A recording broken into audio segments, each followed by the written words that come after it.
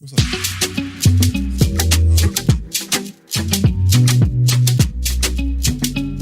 Yo, beautiful people, it's Wednesday, the 8th of June. Welcome to TDA, the day after, your favourite news platform and home of popular culture as defined by the actual culture. And of course, we are hosted by the very, very best. Please, everyone, introduce yourselves. You have my own royalty here with you today. Come on. Your beautiful people is Big Koi defending your right to fuck it up. What's going on, people? It's your boy Big Man Use, the tasty, chiseled, hot presenter of TDA. Shout out to Ivan in the comments still, you get me? Over to you, man. This is perfect. You're a Over thought. to you. You are absolutely a thought. You are a thought. You What's know going what on? it is? Eman, not Eman. Yusuf told me one time that he didn't want to be judged just for his looks. I'm that he wants just to be judged giving for... love back to the listener who picked me up. Is there any problem with that? It just feels like you want to be put in a box, but I don't want my to put in a king, box. BQ I'm boys. sure you guys asked me yesterday, do I have a hive? I said the hive's forming small, innit? You know what I mean? Chiseled and that. Everyone never listen to what Yusuf said. Continue to compliment his looks because that's what's important to him. Yeah, they Please. call me Emman, pro-black activist. Come on, TDA producer, news analyst, give him. melanin jam-packed. Woy oi. That's right. All right, everyone. How's everyone doing? I could say everyone's good. she I'm good. said, Know "Let me about speak for y'all." Yusuf is definitely having He's feeling day. great. Guys, by the way, this is not the first time we've heard of this comment. He put it into the WhatsApp chat as well. And personally, I feel Like like he doesn't get compliments at home. I Do don't you know. know what? Yeah, I feel like it's a burner account. I'll get a brother account. I would like that listener to DM me to fact check. You And guys you are- see you them guys are they haters. change their burner With account. your driving license in the picture. The thing please. is, there's definitely a And a theme newspaper. forming here. What's the theme? Hateration from you two. Not at all. If I big myself up, you guys try to take it away from me. That- I what- say I'm the voice of reason. Please- No, I'm the voice of reason. What did I'm you the say voice of yesterday? reason. What was it that you said Please yesterday? go back to the Koi early and I, episodes. one time you came in, not even one time, we picked you up We so many vomit times. love at you. On air or off air? Why do you need Both. everyone to know? I Why do you don't. need I everyone to don't. know? But We send you stop love. being fake. Stop being fake. Stop Wow. being Stop being fake. fake, man. We pick you up. Stop being fake. Big me up on air. Is that when it comes to you? Yeah, exactly. That's what I'm saying. Thought. Is that you now? Is that the life you live He now? needs the crowd. Yes. He needs You the acting views. brand Yes. new. He I'm needs acting the brand new. views. No, it's all right, man. Yusuf, man, you're cool. What the fuck was that? I've never heard you swear. You really felt that. Just You're cool, yeah. just cool. Like, I mean, nothing more. Yeah, you're cool. Now man. we'll leave it to the comments. to Yeah, tell I you feel like all we the other said you're a things. good boyfriend. We've said, Yeah. How much can we Do say? you- Do you have a this- we trim? don't We say get your paid trim for look that. nice. Like, do you know what I mean? We what told you more do you rotate- want from me? We told you to ignore Brent and go with the rotations and all of that. Like we've been backing your corner. You back want- in your corner. not black men wanting more from Like, black what women. more do you want? Oh, blood? from me? Oh, E-man, what's going on? what's up, E-man? What you been on to? We were talking before air, but I don't know. He said, I don't recall. At all. In the words of Stevie J. Go on. And you and Stevie J Okay, just but alike. can we talk about how many kids you originally wanted? Depends if it leads into the conversation we're talking about before. No, you can. Come on, you're a Okay, grown you adult. can- You I'm can, joking. you're the producer. About Yeah, you can produce. About 10. 10 So you wanted kids. 10, 10 is a lot, you know. but then That's- now it's 6-ish. Yeah. That's the And key word. welcome to the E-man. I told you he was so easy. I didn't have to use my skills. E-man, I didn't have to use my skills. E-man. He's what? Whoa. Can you imagine? Oh, what? You said. What? You said. Where is this coming It from? be your co-host. This will be 100% bleeped out. No, but You said I thought you was on my side. no, but who says? You know what I Yusuf mean? is not on anyone's side but his own and his wife and his girlfriend. That's it. That's the only two people that he backs. I can't believe that was amazing. You lot are just basically, obviously. Who's you? I haven't said confusing. anything. No, we didn't say a damn I'm thing. talking about. I'm No, just no. trying to know a bit more about you. I don't know where I'm- that went. No, you lot are basically just confusing my views on polygyny. That's it. Can you explain what polygyny is now that we're in the conversation? All right. So basically, polygyny is basically like polygamy but better. So basically, what it is. No, do you have a discount code? Man said the upgrade. Man said the iOS. So that one better for you. Basically, all it is where a man has multiple wives. Okay. I can see Marg's Hive. They're tuned rising. in now. They said we have someone told us The thing is, I'm not saying it's for me, right? I'm not saying that at all. I believe that it is a productive thing, though, for certain communities, certain nations. That's all I'm saying. Yeah. Fair enough. I do think that back in the day it did work That's what I'm saying. because all the like granddads and all that, they just had hella wives, but then the kids will argue it didn't. Yeah, because then now they're beefing each other, trying to fight for land. Yeah, and all of it's that. the whole thing now. Yes. It depends on how it's done though, because like you can't. Polygyny is not just like a nice way of cheating. Like it needs to be a thing where Nice Kind cheating. of sounds like it. But continue. no. Like it needs to be a thing where your first wife, whoever that is accepting of the second wife. You know what Yeah, I'm saying? and people are. Or even finds the second wife. You know what I'm saying? Fine. Yeah, You're asking 100%. me too much. But you know what though? To be fair, people who actually believe in that, that's how it works. Where they all get on. I think I've seen there's conflict. Really, I haven't seen, but there's conflict where like the man there isn't that communication. Like, he hasn't let Or them there's know an he's got a entitlement. new wife. Yes. And it's like, well, this is what you're doing. You're staying here, kind of thing. Yeah, I know that's someone. I know someone who is very close to that. Someone very close, and she's the second wife, and she and the first wife get along so well. Like, it's in that household in terms of the dynamics and stuff. It's peaceful. But that's the thing. I think everybody is. Well, anyway, me. I'm perfectly happy whatever floats your boat, as long as everybody in the boat knows what the boat is. Do you know what I mean? Like where the boat I is think going. that's with where the boat is going, who's driving the boat. Do you know what I Yeah. mean? I just think there needs to be that communication, and I think a lot of the current generation they like to tap into. This used to happen, but but only they are the only ones tapping into But they're it. remixing it. But they're remixing it for their benefit because, like you said, when he first brought this up to us off camera, he was like, all the benefits that all the benefits. You were just like, I don't know. I can't remember what the benefits were because I think I was kind of shocked. But you were trying to say it from a point of view that this benefits certain communities. Like we can't all just think that one man, one woman, Western world that works for everybody. However, I think a lot of the younger youths, when they talk about the generation before, they're just talking about what serves them, not necessarily what serves the community. And this is why I like to say, obviously, I'm not talking for me. I'm just saying for people who can do it, people who have the finances, people who have that takes a lot of money. particular mindset where they can actually look after 2, 3, 4 women and all those kids that come with it. You know, who actually believe they're doing a service for the community in some type of way, being productive, right? Yeah, 100%. How is that a service for the community? Simple example. Unless you're living in the long time selling ago, it. a lot of where you need kids to farm for you. yeah, Or, you need, it could be a kids die more regularly, so you need. exactly. There's, But that's many not different reasons. Yeah. I mean, like, all right, both of you want to get married one day. Mm-hmm. What about all the women who can't get married because they're looking for a man and there's less men? Yusuf's laughing. It's a real problem. It's a problem, but it's a real problem. But the thing is, it's not your problem. That's what I'm saying, because obviously you'll find someone. But for those women who struggle, like, they may not mind being with a man that could provide for them and give them the same security that comes with marriage. So that's fair enough. And As long as it's children. not my man, I'm good.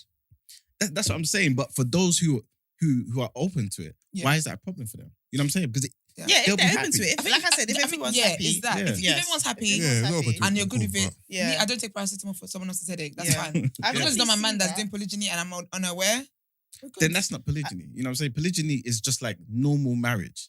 So It's just normal so marriage. Muslims, is that polygyny? That's polygyny, yeah. Okay, Polygamy, innit? so what's polygamy then? Polygamy is where a woman can also have has multiple husbands. So that's too. Well, rise up. Oh, is it? Yes, I didn't that's know. the It's not upgrade. equality. It just doesn't make sense. Because like, what's What the does it make benefit? sense? So what does it make sense? What's the benefit? What does it make sense? I The want to fact that children. women have multiple husbands. No, for what? please. I need it to be clear. Yeah. I'm very clear. What doesn't make sense? Clear. I need to be clear. Listen. Again, No. Wait. Start with what doesn't make sense. it doesn't make sense to me. It's not productive for the community for a woman to have multiple husbands. But it's productive for community for the man to have several wives. A woman that has 4 husbands Yes. will get Those- pregnant one time, maximum twice in a year. Okay. And those I kids don't will be understand. well provided for because now there's 4 people. Yeah, but Yes, one but you man know could have what done the though? job. Yeah, but maybe though. So do you think that the main benefit of polygyny is just bearing kids? It's not just reproduction? no.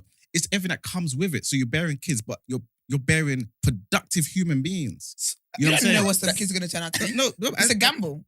Why is it a gamble? 'Cause Are we just living life? do you out know here? how many parents raise their kids up to Yes, sensible people in life and then now they're in jail?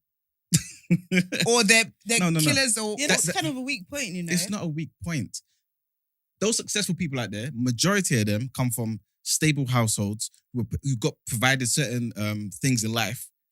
Like, it's planned. It's But you know- planned. but you know- like, black people can't. We can't just wake up and think, oh, you know what? There's a chance, 50% chance, my child's just going to be a useless nobody. Oh, it No, doesn't but, happen that way.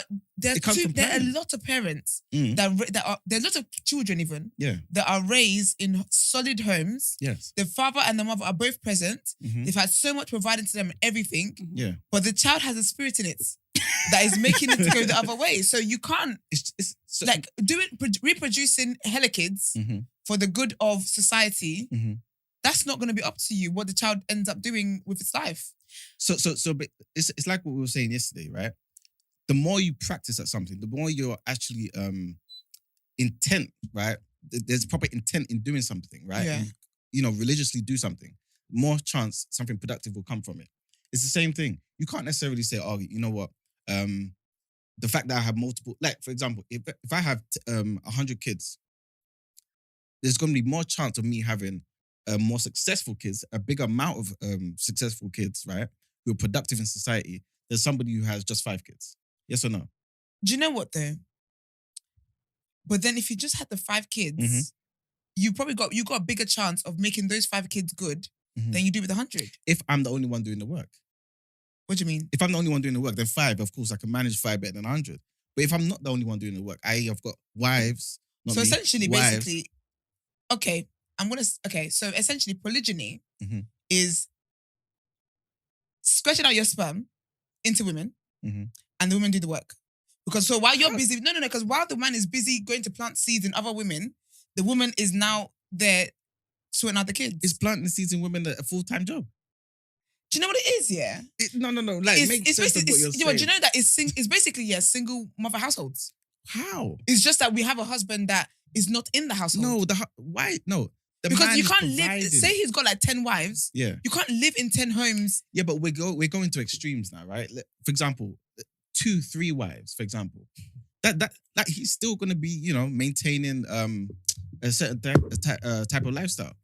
Income, sustenance, wisdom, being there emotionally, all of that type of But you stuff. can't be there if you've got 3 wives and say he's got three children per wife, Mhm. 9 kids. Yes. You can't be there for each child. Why not? People have 9 kids with one child. It's not possible. No, but okay. If you're all in the same, unless they all live in one big mansion Yeah. together, where they literally see their dad every single day, Mhm. it's not possible. So where he's making up and giving them an income and they don't have to worry about money and Mhm. education's paid for, all that kind of stuff, they're lacking in like emotional bonding with their father, and that might be what takes them down the bad route. Bad route. 100%. This is why it's only for certain people. This is what I'm saying to you. You have to be in a particular position and have a particular mindset to be able to carry out polygyny effectively. It's kind of like being, not the best analogy, but it's kind of like being a vegan.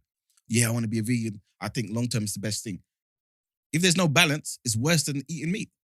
You know what I'm saying? Because you'll be deficient in everything. So with polygyny, you have to be there mentally, physically, everything. You know what I'm saying? That's why it's not for everyone. You have to be able to have that mindset. So the main benefit of polygyny is to create good human beings for society. It's just like everything else. Productive human beings is a byproduct of it, right? But you're also having a good relationship with these women. Women who love you and you love them. Women who, for example, find you better than another guy who can't provide for them. Not you, actor. This is No, I'm just looking back over to see who's, you know what I mean, who's on top. And it seems like he's wearing you down a bit. He's not I don't wearing think- I don't It feels like it a little bit. No, I don't don't think so. He's not wearing me with down every question here you ask, you're kind of not backtracking, but you're kind of like opening up to the No, No, ideas. do you know what? Listening. I promise you. Yeah. I promise you. My heart is so closed. Okay. I'm not opening up at all. I'm just thinking. I'm in shock. Yeah. I'm in shock because I'm like, 'Cause he it- why are actually you believes this. But- And do you know what I'm getting from it? I think, you know, when you say that you think of everything from an economic, Yes. Like, today you are an embodiment of that because yeah. all I'm hearing is how you can make. This is giving Marxism. All I'm hearing, is I how can you never be a can create. Marxist, ever. How you can create. I don't think they allow black people in. It's how you can create children Mhm.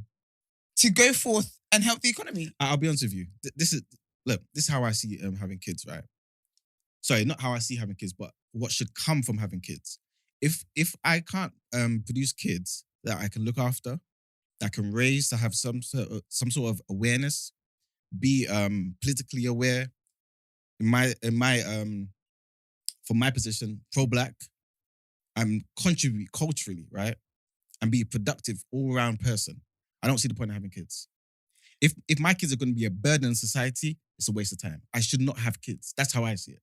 So if I can have more kids that can be productive and do those beautiful things, it's a beautiful thing. Not just for me, but for the world. That's how I see it. Do you know what it sounds like? So I'll tap in real quick. Do you know what it sounds like? It sounds like I feel like you're underestimating what your role as a present father does for kids.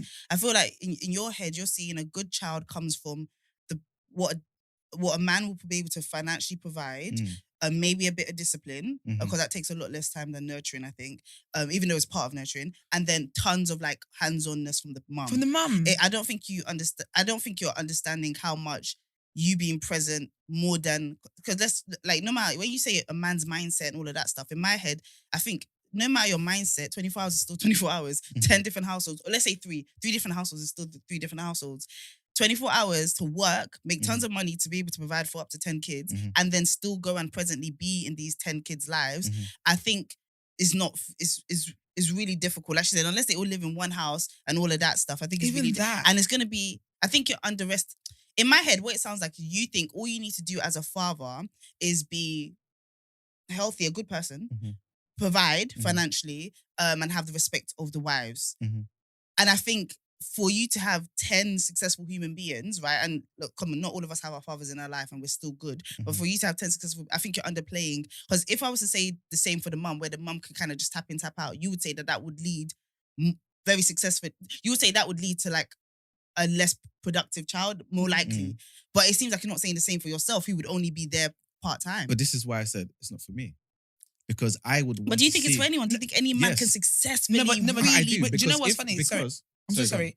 We're so in sync because that was my next point, the 24 hours thing. Because even in one household, with a man that has one wife and he has 3 children or whatever it is, that same 24 hours where you're working, you're doing this, you're doing that, some men are in the home, but they're not even present. Yeah. So I don't see how you can have 3 wives and you can split your time in this same 24 hours that we have. 5 days working week, and you want to provide for all of them and be equal, I suppose, be balanced in the way that you treat all of them. It's not physically possible. I think it's a nice idea, but I don't see how that is possible. I don't think he wants it to be possible. I think you don't think it's necessary. I don't think you think it's necessary to be super, like, you know, what do they call it at uni? Contact time. I don't think you think you need that much contact time to be able to... I believe you do. This is why, again, I'm saying I don't think it's for me or most men. But it's not I don't think it's for any men. No, it is. It is. Because some men... Do you know what some men have the time. Yeah, but now, some men have the finances. But now your argument is becoming very diluted because you're saying it's not for you, it's not for most men.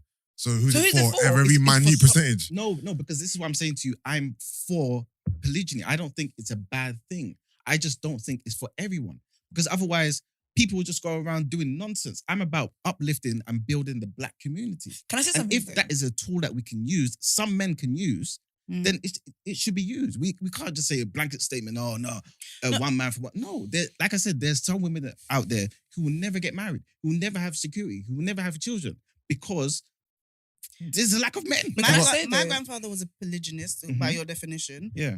He had several wives and he had houses for every single one of his wives. They were all on one road. It was named after his surname, his mum's surname, his mum's name. Yeah. And I think you need to understand that everyone defines success differently. Yes. I think ultimately we define success as somebody who had a child who has had full access to both parents and all that's great about that parent is feeding into them and has enabled them to be something great.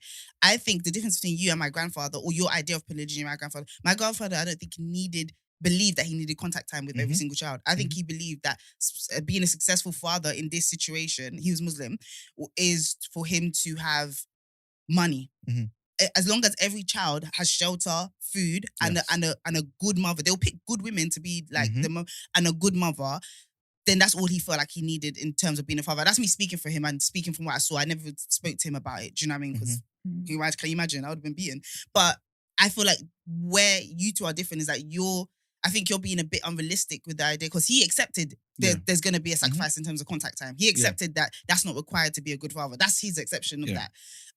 It seems like you're saying, oh no, polygyny can also have a good contact time, and I think that comes from you not having actually done it, I guess. No, it comes from me understanding that I think you guys are using the average man in the UK and putting him in that position. Okay. You need to have the income, like to look after all these children, to look after these women, to make sure none of them are wanting. I'm not even looking at the average. Isn't just some ruse to just have different women. It's actual I marriage. think it sounds like hard looking at work. That poor polygamy man, I feel like he must be exhausted. Yeah, must but love it. you know, But you know what it is though? I'm not looking at the average man. I'm Yeah. just thinking of this from a realistic, logical Human. point of view, right? Mhm. For me, because you said that the main benefit, according to the conversation we've had, is that you create productive human beings for society. I feel like that I is wouldn't say it's the main benefit, but it's one of the benefits. okay. I don't feel like that is not that is not something Not that the you Nigerian can laugh. guarantee is achievable, right? And I think that the way you're saying this, something is gonna have to give. And if the benefit, if one of the benefits is, because I can't imagine a benefit greater than that, other than you wanting to have sex, but you must get bored of that at some point. So I feel like the main benefit will be that you Depends on create the children that go into the world and they're useful people. Mhm. Something's gonna have to give. Mhm. And that something giving is what will affect the level of productivity these kids can perform in society. And that's why I personally think that it's not possible. I feel like if you have a smaller sample size, Mhm. you're more able to produce greatness within that small sample size than with a bigger sample size. You can't guarantee how that's going to go. Okay. Because while you might think, okay, do you know what? I provided for this child has home, has shelter, has all these things, blah, blah, go forth and be great in the world. The child is missing a mental balance or emotional love. And that might be what then defines them and makes them go another way. That Everything- you don't think is successful. Everything you just said, I agree with. Right? Most of it. 99% of it. Again, you lot are missing out certain things. 2 points here, right? Before we go into the headlines. Yeah, 'cause, That's the longest. I think this breaks the record for the longest intro. I didn't even ask how you guys. I don't even know how you guys are feeling, but yeah, continue. What if, for example, a man gets married to a woman, they have one kid, they struggle for, 10 years to have another kid. He wants to have more kids. The Mhm. woman also wants to have more kids. Mhm. Is having a second wife a bad thing? If they discuss it and they're fine with it, then that's fair enough. Thank you very much. That's polygyny. Works, right? Because you can have then 2 wives or 3 wives with just 3 kids. So the goal is more kids. Yeah, like I just said, That's that the the goal. benefit. The goal is not like more kids. productive human beings. Yeah, That's your spin. The goal is just more kids. No, more kids that you would then make productive. Why are you having kids if they're not productive? That's what I said. But you know the You thing would with the do it for productive thing, fun all yeah. the time. And I don't know if you had the second point, but the thing about productive thing, yeah, it sounds like all of this is your best attempt to make the kid productive. Like there's, Yeah, like there's, so- it's, like, but you it have to doesn't work. guarantee. Yeah, but it doesn't guarantee. But this is what I was talking about yesterday. Nothing guarantees Oh, anything. okay. So you're just saying You the more have kids we to. have, the more likely we're gonna have great. No, if you have the resources to make sure Okay. you can put that time and effort into those kids, then yes. But if not, then we're just messing about. But realistically, we're how just many messing up the community? How many black people have the resources to do this? But this is why it's not Say for, it's for everyone. select- You know what I'm saying? Yeah. No, but the It's select select is few. very. whew. Select few. Sorry. Very select few. Yusuf, is this Yeah. practicing Islam? Yeah. I don't think it's as common as people think. People Yeah. throw around the narrative that Muslim men can have multiple wives, like it's like, drinking water. But yeah, Yeah. It's a hard, it looks like a lot. it happens. Hard But work. like we said, you have to have the means, the finances, the time. And I believe most men don't have this. But they lie to themselves and say they do just because they want to have No, more but, women. but you're talking about and they go those ahead. men who are trying to use it as a ruse to do something. Spin. We're Do you know talking what it about is, real yeah? people who, for example, in Yeah. Islam, who go and talk to their imam, Yeah. who get counselling, Yeah. who actually take on these women and be productive. But husbands. honestly, your justification behind everything in terms of, creating better humans for the community and for the black community. Muslim men who, have multiple wives, I don't believe that's the motivation. I believe your motivation is Pro-black. your activists. motivation. Yeah, Millennium okay. jump I back. believe most men who want multiple wives are not thinking about their community. They're thinking or different pussy. trying to enrich black people. They're just thinking about themselves and they want multiple women. Like, I think you're right as well. it's not, I don't, Yeah. I think, And I don't agree with Yeah, that. I don't I think your argument is there. very based on economics and Which we believe, logistics by the way. and lacks a lot of emotion. Like you just, Don't say we. No, One- as in, one I example you just believe that gave- that's his intention. Oh, I okay. don't believe he's just trying to get his dick wet. Like I think. yeah, I his don't intention think he is. But it's like you said before, you said, just say you and your missus, Mhm. you had one child, Mhm. and for whatever reason you couldn't produce another one. Mhm. What if you both wanted a child? You said, what if I go and get a second wife and have another child? You didn't mention adoption. her. Oh, Because- no, because- I mean. No, but that's, yeah, but No, but then, No, so no, but no. then the I said man that might in be the the one in the beginning, problem, remember? and she might be fertile. The man's the one who's What about infertile, in that No, and then no, she has to move on what I'm saying is, and get another no, but husband. if you have a child with another woman, that's not her child, that's the other woman's child. Yes, I know. So But then, it's- where's her void filled? It's not filled. it depends on how you see it. Because remember, this is She might be a one village family. community Yeah, type this is thing. one family. So you're saying that everyone's going to live together and but again, that's Potentially. extremely So that's logic. You're saying that she's going to be happy with taking care of a child that isn't hers. just like After a she's woman will be tried- happy with adopting a child. No, But it's your not every- husband's child. Do you know, it's even with adoption, Bruv, not you a lot of people can't- not a lot of people are happy with adoption, yeah. Mhm. But then also, Here's another if woman. we apply real emotions to this, Mhm. right? That's what I'm saying. I A think woman that- who's not been able to, you've had one child already, and she hasn't Mhm. been able to give birth again for 10 years. Yeah. It's clearly something that you both want. Yeah. And now the solution is that my husband, who I love so much and I've had a child with and I would Mhm. love to have more children with, Yeah. has to then use another woman. and then I'm going to be the stepmother to the child. No, bruv. like as much It's- as, Do you know it's- where this crumbled for me? nah. Is when and by the way, like I think for me anyway, I definitely wanted to hear you fully, right? And I think there's a bigger conversation to be had. Yeah. But you know when you said if the woman can have child and you're the problem, Mhm. that like the assumption that everyone kind of said was that then she just has to move on. But in this situation, to achieve the goal you're talking about of more kids, you can stay there. She can get another husband, have children with that husband. You two, it could be a family. Well, Because you know what you said, Is that something polygyny you doesn't work. entertain? It's not beneficial if it's a woman. Yeah, in that In that situation, situation, it is. hella beneficial. Yeah, of course. So in what that was- situation, if that's your only goal, yes, 100% that would work for them. But generally, I'm just talking generally what polygyny does, right? In a situation where, you know, biologically everything is as it should be, then obviously a woman can only have a child once a year. A man can have more. That's what I'm saying to you. There's obviously going to be nuanced things in the argument. You know what No, I'm but the saying? nuances allow us to understand what the real motivation is. No, Because if not the at all. motivation was to have more kids, Mhm. which I feel like is what I've ascertained, even though I know you have like more of a bigger vision, but it just seems to have more kids, right? That are under the umbrella of your name and legacy, right? If you, for some reason, along the journey can no longer produce that, Mhm. but the missus has still got the egg, Yeah. then by your logic, she should be able to get another dude. That dude, as long as he understands and you understand, should be able to now continue to produce this Okay, legacy. The okay. fact that that's not even something that's entertained brings it back to what I think might be the secret center of it, which is ego. Okay, so let me ask you this: in your house, when you get married, right? Yeah. Do you see yourself? I don't want to spend too long on this particular Yeah. topic, right? It's too Sorry, late. on this particular question. No, it's cool. Do you think you're the head of the house? In my household, Yeah, when you get married. No. Would you want to be the head of the house? no. Esther, would you want to be the head of your house? No, I'm ready to be submissive. I'm ready to get married. Thank you very much. Very simple. Very simple. But you know That's what it. it is? No, but you know what it is though? No, It's a 'cause I don't partnership. represent every woman. Exactly. I'm not the head, but I might- nothing I might happens be the without me. forehead. I understand that. But So we're not talking it's a about the partnership. butts. We're not talking about the butts. I No, understand. but I have that. to talk about because I don't want to say something. You're like, yep, that's point made. No, it's not No, point made. the point is it is because It's you- not. if the woman's got multiple husbands, right? Is she the head of the house? I can't lie to you. Yeah. If I have multiple husbands, Yeah. I'm the head of each house. Yeah. That's Damn, what I'm saying, but you don't that want to I'm- be the head of the house. No, but Because that's it's no, not but your that's position. me. Yeah, I'm not a polygamy legist. But and I promise you, yeah, any woman, yeah, any man Yeah. that can allow his wife, I don't know if it's gonna sound toxic, but I'm running with him. Mhm. Oh, In the you're gonna sense sound like already. my mum. Yes. Any man Yes. Oh, that can sit there Yes. and have his wife Yes. have several husbands. Thank you. Babes, you're the head of nothing. Thank you very much. No, Thank you The very woman much. is the head. Thank you very much. Yes, she is. The woman is the head. Because she's the common But the thing, denominator. Thank you no, very but the much. thing is, no, Nothing's but wrong And that's with not that. productive wait, for society. there's no thank you very much because Margaret Thatcher in my disagrees. situation where I'm a co-head, Yes. Mhm. A forehead, I like to say. I'm a co-head. Side by side.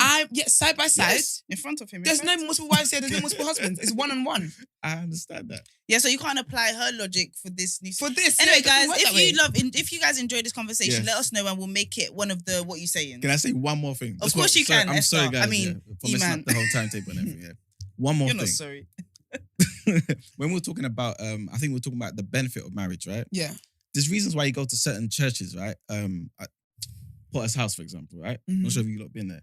I've heard of it. I've never been Cool. there, but I've heard You of go there, yeah. They'll be trying to hook you up to get married from the age of 20. I heard that. From 20. it. Are the Why? men good? Did you hear that?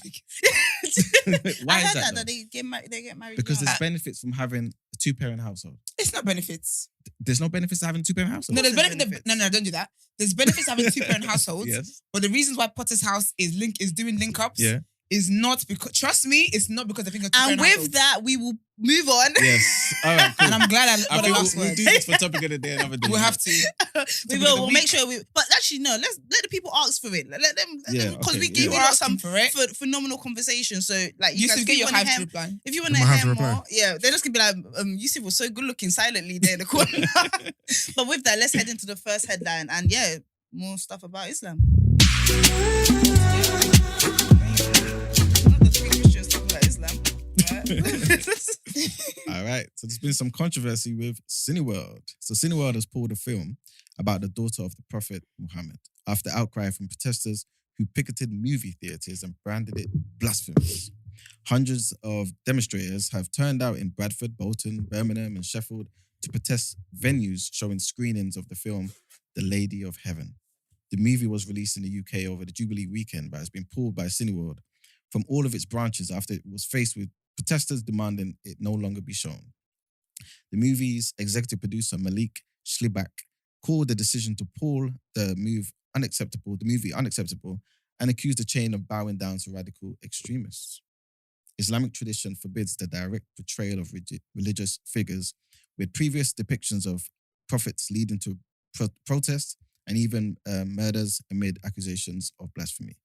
Director Eli King depicts Fatima as a faceless character shrouded by a black veil to avoid doing this. However, the protesters have accused the filmmakers of inaccurately depicting religious history and negatively portraying three of Islam's most important figures. Other critics have expressed anger that the negative characters were portrayed by black actors rather than white, which they say stems from the racial bias against darker-skinned people. View, on the other hand, still has screenings for the movie listed on its website, but refused to confirm whether the film has been pulled from any of its cinemas. Mm. Who's the third character? So is Muhammad, because obviously that's the father. Yes. Fatima, and then who's the third? I'm not too sure who the third character is, but yeah, there's three main people, I guess. I've always loved that name. Fatima. I think you can't be ugly with that name. There's certain names you can't be ugly with. It's a beautiful name. It's a nice name. Yeah. I like a lot of Muslim names actually. Guys, I feel like this kind of leads very neatly into our what you say topic of this day, which is Yeah. how serious should we view our faith? Should the secular world be able to kind of just create what they want with it? I don't know if we need a music intro to it. Might as Nah, let's just go in. Yeah, come on, let's do it. Let's keep the structure.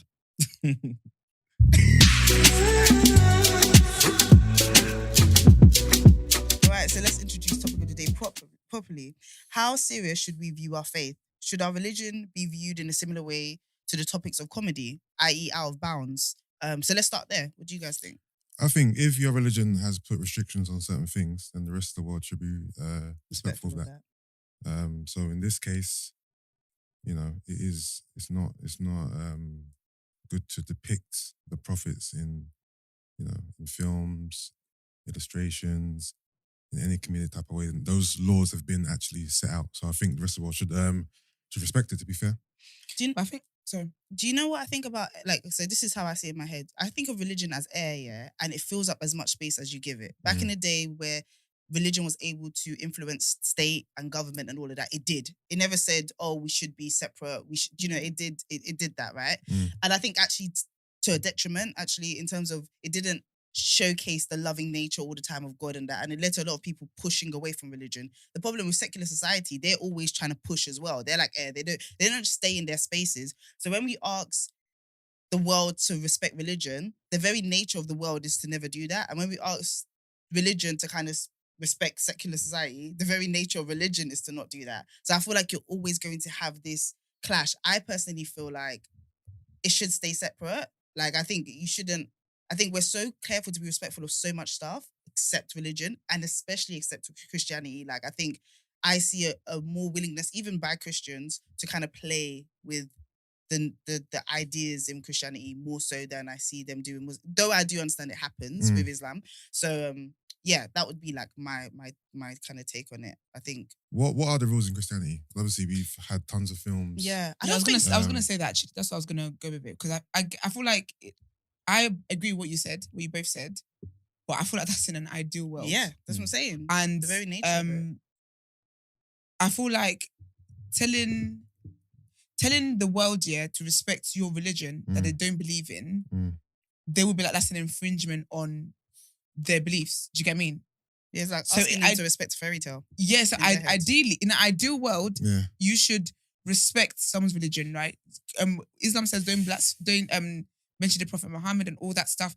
Don't do it. Christianity says don't blaspheme and all that kind of stuff. Don't do it, right? But again, you're telling people who don't believe in what you believe and who don't hold. Basically, religion, is precious in the eye of the beholder. Yeah. So to you, it's precious. To you, it's like, don't do this, blah, blah, blah. And I feel the same way with Christianity, right? But unfortunately, the way the world is set up, it's not going to happen that way because I think I've said on here, people blaspheme with Christianity all the time, pisses me off. Even when something happens, people are like, oh, Jesus, I hate that. He's not a swear word. Do you get what I mean? So, but again, unfortunately, I've had to it still irritates me and it will always irritate me because I feel how I feel. But I understand that, you don't believe what I believe. And so it doesn't hold as much weight to you as it does to me. So I think that's what makes it difficult. I think, you know what it is? Throughout time, I don't think, Western world have played with Islam in this way. And that's for a reason. Because we've made it very clear that we're not to be played with in this regard. That's why there's very little examples of, Muslim films, illustrations, whatever. These cases come up few and far between, isn't it? And I feel like Christianity, you guys haven't made that sentiment to say we don't want Jesus Christ depicted in movies. Yeah. That's why I'm asking, okay, are there any legislations or regulations in regards to that, or is it just kind of a free-for-all? In the Bible, you shouldn't, the same way in the Quran, in the Bible, you shouldn't be blaspheming, you shouldn't call the Lord's name in vain. Are you even allowed to all depict? these things. I don't think you're even allowed to depict what you You think shouldn't be God- doing all these things. you Yet, shouldn't. we've got flipping, what's that man, that Morgan Freeman doing Noah's Ark and all that. Like, do you get me?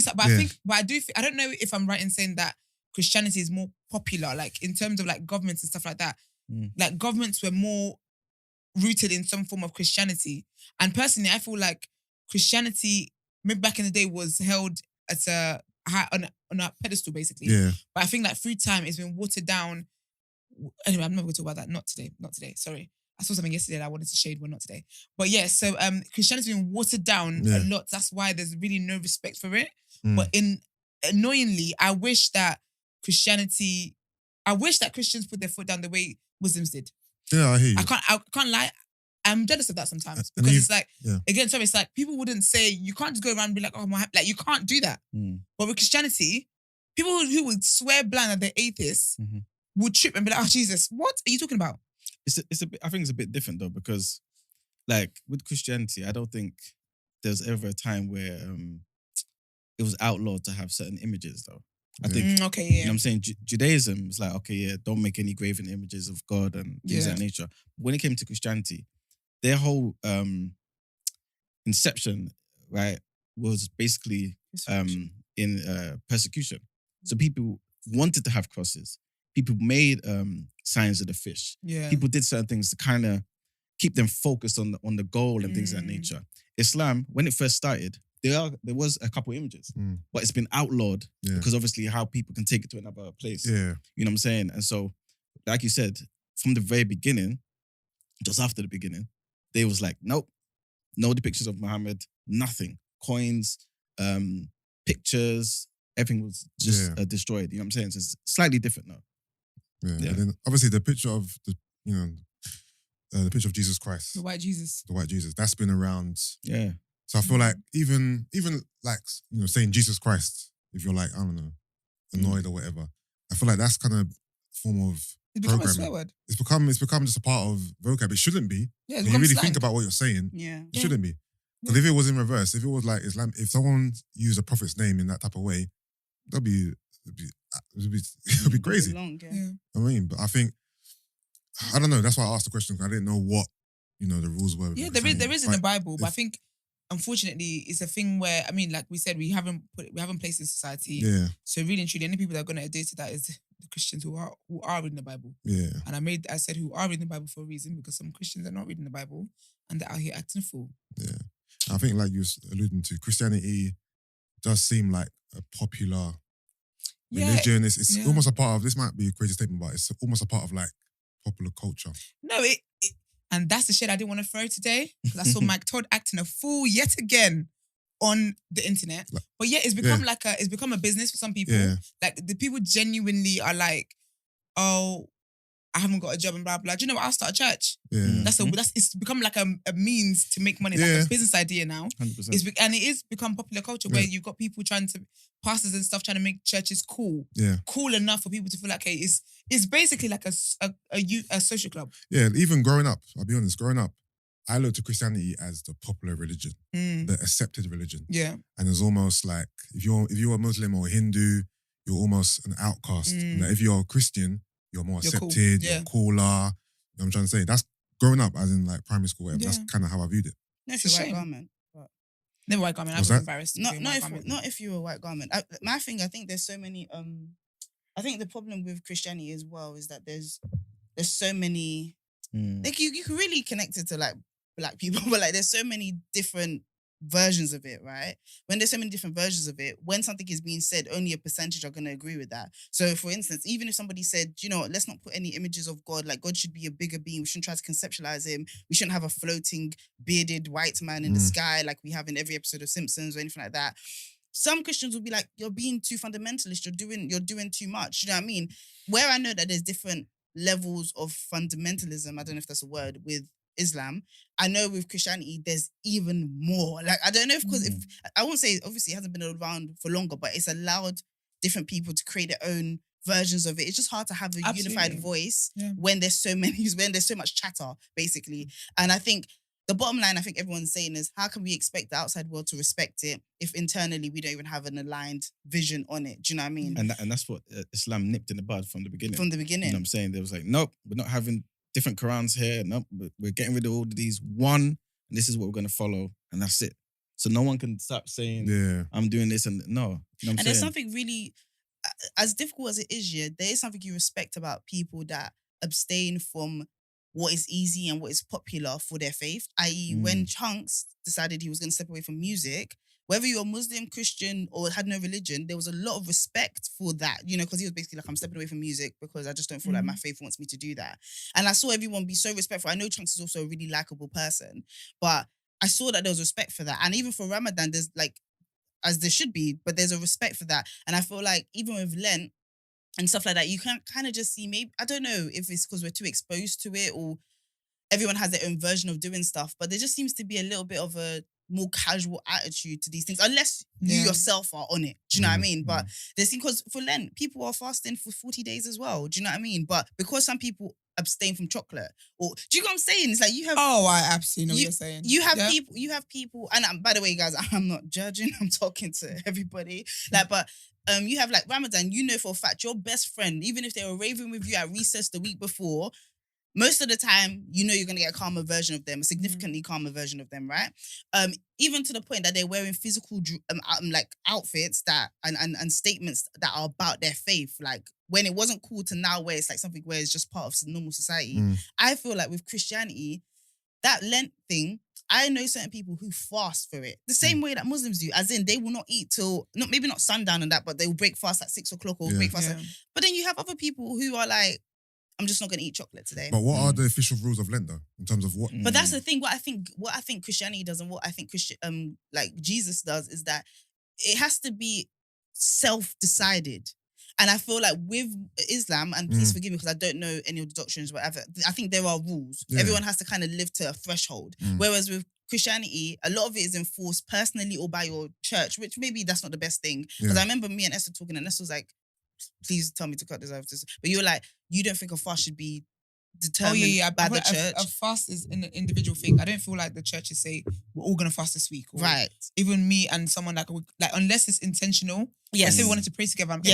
We'll fast. I feel like a fast is intentional, and that's why I don't really buy into the whole Lent thing. So I'll just land this point and then I'll let you go. But in my head, I think because like I personally think when we all get to the gates or whatever, the fact that we even have words for all of these things anyway, but when we all get to the gates, I don't feel like God is going to be like, yes, the whole of so-and-so church are coming in. It's going to be individuals. And I think the thing I like about Christianity is that it is about what your heart wants to give to God. Not saying that's not what about Islam, but with Islam, it's got a threshold that everybody, we're all going to end our fast.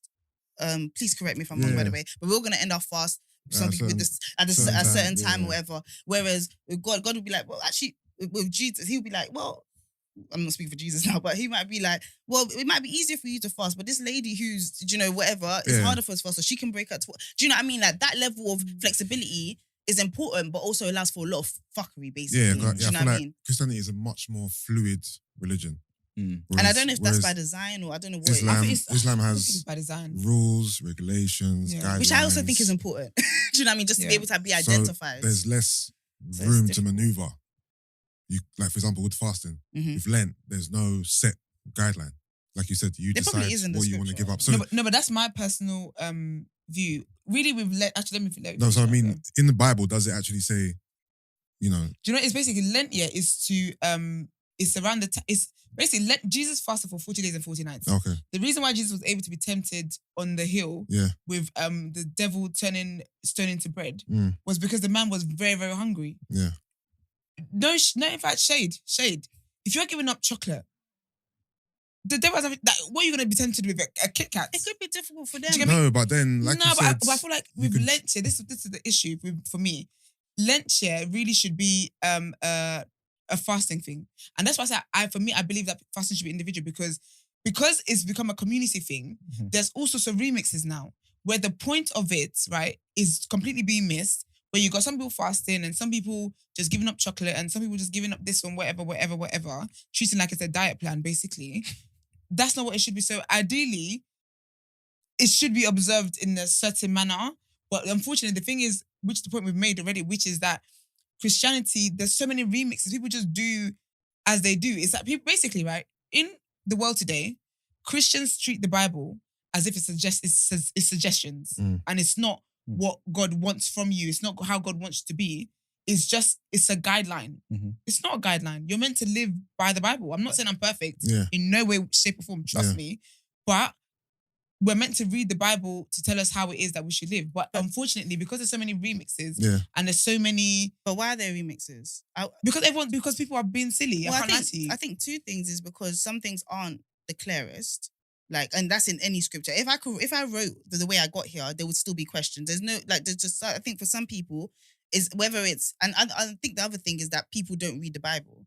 Like some people, their knowledge of the Bible comes secondhand through their parents, through their church, through Instagram posts. And that's the problem because even their information comes secondhand as well. So who's the last person that read the Bible? Right. So I think that's where it comes from. Whereas, and I can only talk about my friends. I have devout Muslim friends who they pray 5 times a day. If I believe that's correct. And I mean, she'll be in the frame with me, like, okay, cool, I got to pray. But this is my dog. Do you know what I mean? But it's just, and do you know what you're going to end up doing? You're going to end up respecting that to the point where you even be aware of the times that she has to pray, so you won't disturb her. Yeah. I think sometimes what I would say for myself as well, maybe too much of Christianity is determined by comfort and by like how much you're willing to push yourself. Do you know what I mean? When in reality, what the threshold does is make you rely on God to do the rest. If you get what I mean? Like, and ultimately for me, I feel like when you said that it's a book of suggestions, number one, a lot of people don't read the scripture. And number two, I think a lot of people, it takes wisdom. Every time you read the Bible, there's something new you're pulling out of it. No, I'm saying people treat it like it's a book of suggestions. Yeah, that's what I meant. It's not a book of suggestions. Yeah. People treat it like a book of suggestions. Yeah. And I think the reason why is because a lot of people don't read it firsthand. And secondly, because I think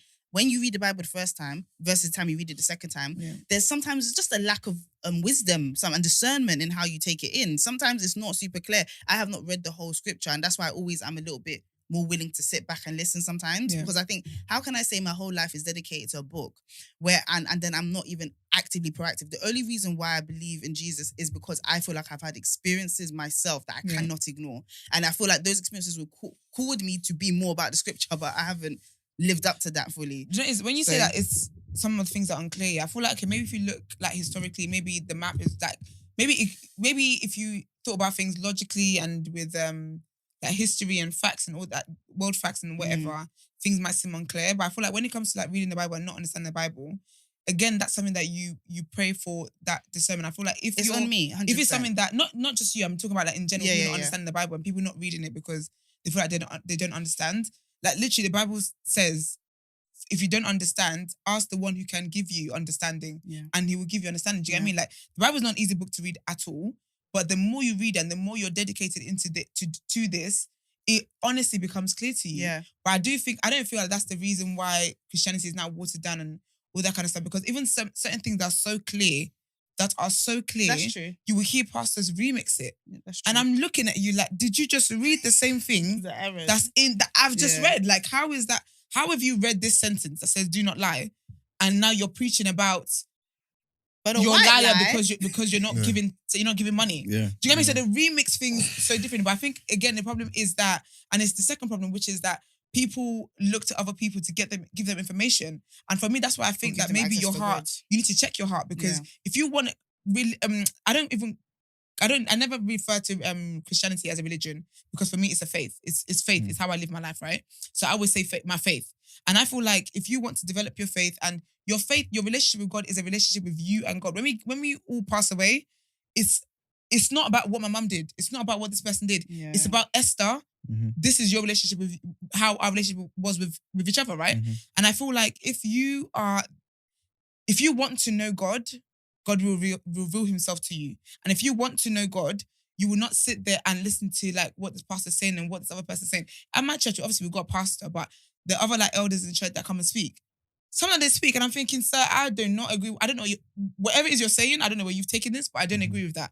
Do you get me? But I think a lot of people are lazy. When it comes to Christianity, I think people are lazy. I think Muslims make a bigger effort to be Muslims than Christians do. make. Christians just say, I'm a Christian. A lot of people, I don't even know they believe in God until it's Lent and they're giving up chocolate and Galaxy chocolate bars and stuff. That's when I'm like, Do you think you should be able so to look at a Christian and acknowledge see God? that? Do you think you should be able to look at a Christian and see that they're Christian? Like, Absolutely. That's what you the should be Bible able to. says. How can But you how do that though? with, How? with a Muslim? Second? How can you do that with a Muslim? How can you look at a Muslim and say, yeah, he's a Muslim? Do you know what it is? I think it's in the way that, not look as in I've seen you, here is a Christian, but when you speak to someone, in the character and the way that they are, you do. I've spoken to strangers, yeah, and in the conversation, they'll be like, oh, you're a Christian, or do you get me? Like in the way that a person carries themselves, in the interests they have, the conversations they have, the way, just in the way they exist, you can tell. I don't think I would look at someone and be like, oh, he's a Muslim. That's now we're diving into phobias and stuff. But I do think that when you interact with someone, like your life in a way should reflect beliefs. Christ. It should reflect your faith. Basically, that's what I believe.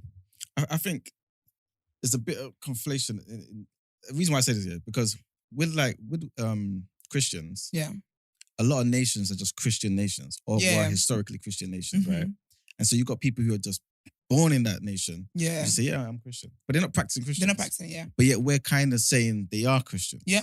With Islam, you wouldn't necessarily do that. If you see a Muslim, even if he's not doing everything, there's some things he's saying, I want to practice the sunnah, I want to do certain things. Yeah. Where it's like, I want to take on certain things. And so it's like, okay, yeah, Ramadan, I'm going to fast. You know what I'm saying? No, let me not say that's the bare minimum, but that's something that most Christians do. Lent, Christians are not doing that. Why? Because we're dealing with a bigger amount of people who are kind of just identify with being part of a nation that used to be Christian, as opposed to being active Christians who go to church. I agree. I think Muslims are more intentional. Yeah. Like not to, I don't know if you're okay, but even when you've spoken about like being a Muslim and your pod and stuff, you always say like, oh, I do this already, but I want to do more. I feel like Muslims are more intentional about their faith.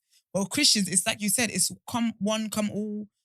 You can spell Christian, you're Christian, But- come on. Like, do you get what I mean? But Is that for because me, of the lack of, I don't want to say lack of structure, but the lack of, direct guidelines. low-key is structure, I can't lie to you. Whereas with Islam, I kind of know what I have to do. Like, for example, Yeah. I have to pray 5 times a day. Yeah. If I'm not praying 5 times a day, I know I'm lacking in my prayers. But does With doing Christianity- that make you a good Muslim though? Like, I mean, No, it does it make you more?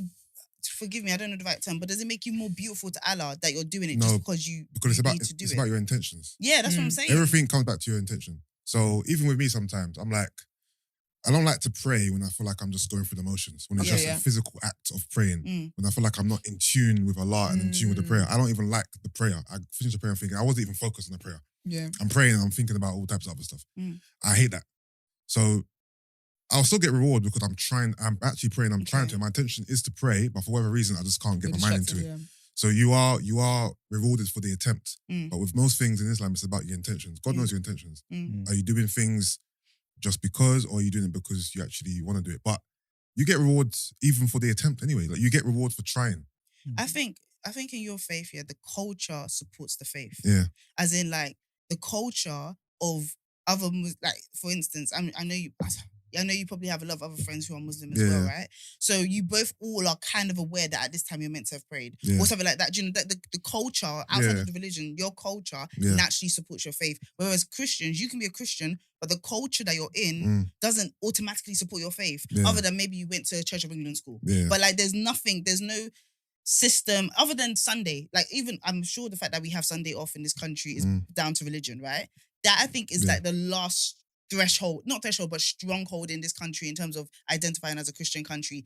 Everything else doesn't really scream that. Do you know what I mean? And when we start to get really, really like faith-based, it could get kind of violent. Do you know what I mean? If this country wanted to be super duper Christian, they'll like, I know like uncles or like people that wanted to start churches in this country. And when you realize like the business of having to, you can't actually be called a church. You have to be set up as a charity because Church of England is the only church that can be identified as a church in this country. And so all these other churches we see on Old Kent Road, I don't know the science, I don't know it, but I don't think they're actually seen as churches in terms of like the legislation and stuff like that. So when you realize that this country, if it wanted to be diehard Christian, it could become very on top for every other kind of Christianity and every other kind of religion. So like I said, it's like air. The nature of faith is that it will take up as much space as we give it. And I think ultimately, when it comes to religion, like, because there was a question here saying that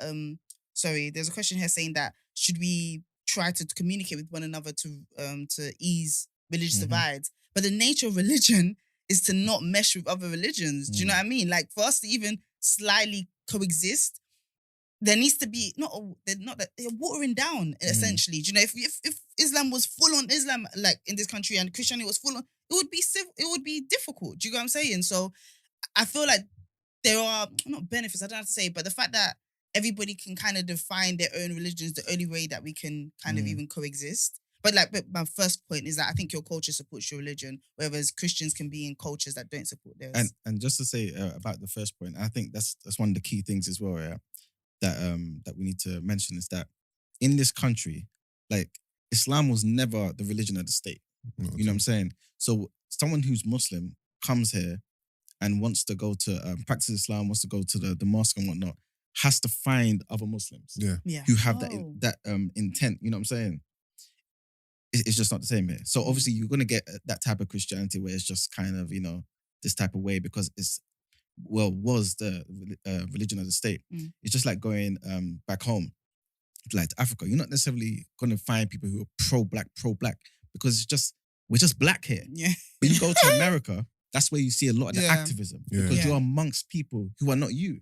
So you have to find people who are like you and actually do something as a collective to be like, okay, you know what, we need to survive here. And actually, you know what I'm saying? And I think that's one of the differences as well. I also want to take back what I said about the Bible not being clear. I think that comes down to the individual because I do think, how can I say the Bible is not clear when I don't read it do you know what I mean? It's like me say, do you know what I mean? It's a bit of it's not taking onus. So I do want to take that back. I don't think the Bible's not clear. So I think it's down to you. I need to add something as well because when you said about structure, I thought you meant something else. So I said, it might be structure. But no, there is structure in Christianity. People just don't read the Bible that will give them the structure. Can I ask a question? Is sex before marriage allowed in Christianity? No. Okay. No, it's not. Because a lot of Christians are asked this question too. They say they don't know or they say it is. They know. It's fun. Yeah, people know. That's but no, it's fornication. I feel like the rules that are set within Is Islam, it the same with Islam? Sorry. Yeah, so let's just use a few basic rules everyone knows about Islam. You can't drink alcohol. You can't eat pork. I know the pork. No sex before marriage, right? So I believe everyone in life picks and chooses what they want to follow, right? Mm-hmm. I believe with Christianity, this might be incorrect. Correct me if I'm wrong, but I feel like even when you guys know something is forbidden, you kind of like I don't know how to word it. Brush it under the rug. What's that? Brush it under the rug. Kind of. Whereas Muslims, I feel like even if we're doing wrong, we'll acknowledge that we shouldn't be doing this. I feel like Christianity is make it seem like. I disagree with that one. No, it's fine. I'm going off convos I've had with people in it, and again, I'm not that in tune with Christianity, so correct me if I'm wrong. Jesus died for you guys' sins, right? Yeah. I've had convos with people where they act like because of this, they can almost do what they want. And God sees their heart. Like God sees like that. Because you know what I mean? Yeah. That's that's what we're saying. In terms of when people are saying that we're lax, I Yeah. think that is probably one of the spaces in which you're lax. But in reality, God ain't something to play with. Like, do Yeah. you know what I mean? And I say that to myself as well. He's not something to Yeah. play with. And the reason why I disagree is because I know celibacy and abstinence has become a massive thing that people are doing now, because it just comes to a point where you are doing your own thing and you find out it's not actually paying you, it's not benefiting you. You have a background of Christianity. So at one point, you run back to what you last know, which is God and just being about that. Do you know what I mean? Yeah. So I think when you're fucking up and when you're not doing the way of the word, you 100% are aware. But eventually you get desensitized to being wrong. You know you're doing wrong, but eventually, and I think that's with every faith, eventually you just start to think, I can live with this fact that I'm doing something wrong because I've done it again and again and again. But eventually what happens is something in your life will happen that will kind of tell you, this is why. Do you know what I mean? Or make you feel bad or whatever. So I think that happens with every faith. I don't think that's down to Christianity, because I know Muslims as well, and as well as other faiths that are active. And I think sex is probably the biggest attacker for all faiths. Honestly, I think it's the one thing in which we don't want to be separate from secular society. And it's just so easy and free. So people just kind of fall into it. And then once you start that sin, you start to hide and you feel distant from God. It's the same thing that happened to Adam and Eve. Once they did that first sin, they started to hide from God. Yeah. When you sin, you start to hide from God. Yeah. And then you start to make up rules to be able to function. Do you know what I mean? And Yeah. so, it's a very, obviously, this topic is very, we can go into so many different Yeah, areas. Yeah, facts. But it's the only thing I was going to mention is difference between Christianity and Judaism and even Islam is that Christianity is about grace. So that element where it's I'm a sinner, I acknowledge I'm a sinner, I'm going to do wrong, but the guilt of that sin, because Christ has died, shouldn't weigh me down to the point where I run into a hole somewhere, or I you know what I'm saying? It shouldn't do that. Islam pushes the law. So it's more so you guys know this is wrong. So if you're going to do wrong, hands up. I need to tell you it's wrong. Yeah. I can't act like I don't know it's wrong. So that's what it forces a Muslim to do. Christianity is I don't need to tell you guys I'm wrong. It's grace. God is grace, yeah. and God knows. And I think that's the slight difference, you know what I'm saying? Where in how it manifests Yeah. in who you're speaking to. Yeah, but grace also exists in Islam as well, though. But not like Christianity. Not in the same way. Christianity- I can't say that's so true, to be fair. Because you don't know. Grace, Yeah. grace still exists. God knows that we're not perfect human beings and that we are gonna mess up. Yeah, but I think But still, there is still grace and room to be forgiven for your sins, because you have to actively repent, Yeah. right? In both religions. So Yeah. grace we're still giving grace. Yeah, I think what Emman means is that with Christianity, the foundation Yeah, of our relationship with God, the foundation of Christianity in itself, Jesus dying for our sins, the Yeah. foundation is grace. okay, Do you yeah, get me? yeah. So, Based on we're that, I get saved it. by grace. Yeah. Everything Yeah. that we are as Christians started off with the grace from Yeah. God. There's an assumption that you're going to fall short But anyway. what But- allowances does that give you? But that's Or the- does it give you allowances for the fact that Jesus died for your sins? What, being born a Christian or just becoming Christian, what does that give you? I mean- Allowance, or does it give you any allowances at all? No, but it's what Emman said, where you're not gonna want to hide in a hole and blah blah blah. Your guilt might make you feel that way, but that grace is what will make you come back to God and repent. I think with that, the allowance is that you have the allowance to repent and come do back. better. Yeah. So it's kind of like you And learn. telling your child every single day, there's 10 things that is wrong, right? Plastered all over the house. Yeah, If they do one of those things that's wrong, they and they know how serious you are about it, they're not gonna want you to know. But if they also know with these laws, there's grace, is I understand Dad, I messed up here. yeah. Cool. Don't hide it from me. Come to me. Let's work on this. Let's Yeah. work on it. You know what I'm saying? Otherwise you And waste, that's- yeah. Yeah, you You know. waste what I a mean? lot of time hiding and, Yeah. Yeah. and That was stuff like that. perfect analogy. Going back to what you were Amen. saying before, I wasn't saying that Muslims don't commit sin and yada yada. Of course No, they I do. don't think you said that. I think it's what Muslims shouldn't do are very black and white. Yeah. So it's for example, if you saw me eating a pork sandwich, you're like, raw, you're eating pork. Mm. You're coming, you know what I mean? Yeah, yeah, yeah. I'll take a picture for I your think, hives. exactly. I think Christians are And use it against you. held less accountable for what they shouldn't be doing. Well, I think The when Muslim- you think, It's very black and white in the Bible. Yeah, it's just Yeah, you have to exactly, read the Bible. Yeah. But people- I know, but what I'm saying is, but the code, it's black and white in the Bible, but I don't believe, from my life Yeah, experiences, yeah. my journey, I don't see it. I don't see a Christian doing wrong, and I'm like, "Rah, you're a Christian. You shouldn't be doing that." I almost feel like because you don't know what the Bible says. you're allowed to do it, or Yeah. I don't know. You No, know but what I that's mean? because you don't know what the Bible says, so you can't. I know, say but that. what I'm saying, of course, but what I'm saying is, Seems like we don't. I feel as like well. Christians Yeah. don't acknowledge that what they're doing is wrong. Whereas, Yeah. for example, Okay. a Muslim might have a pork sandwich. He's hiding it because Yeah, he don't yeah, want no yeah. one to see him Yeah. because he knows it's wrong, and everyone knows it's wrong. But that's But what with Christians, they don't like. I I'm not agree. saying they glorify their sins, Okay, but so basically, they're very upfront with what they shouldn't be doing. Can I what's say wrong why? what's wrong in Islam is you're saying is clearer, like it's more out there than it is with Christianity. Is that what you mean? Like everyone knows what's Muslims and non-Muslims know what. Yeah, Muslims I feel like should be doing, I feel basically. like it's very black and white in terms of what you should and shouldn't do. But I think No, that's but I don't what think you it's- lot are backed by I'm the s- culture. I'm so sorry. I don't think it's black and white. I think it's just louder in society. Is it louder? This is a Christian It country. is. But, It's- no, but that doesn't mean anything. Trust me. It does. It really This is a doesn't. Christian country, so It really, the Pope is up to some things. It really doesn't mean anything. To some degree, I think to some degree, Yusuf is kind of right in that it's more black and white. Only being because, like I was saying earlier, with Islam, you really just have Shiite Muslims, Sunni Muslims, Ahmadiyya Muslims. So Like, there's not so many like denominations like that. Mm. Christianity, you got Seventh-day Adventists who don't eat pork, worship on Saturday. You got Pentecostals who eat pork, worship on Sunday.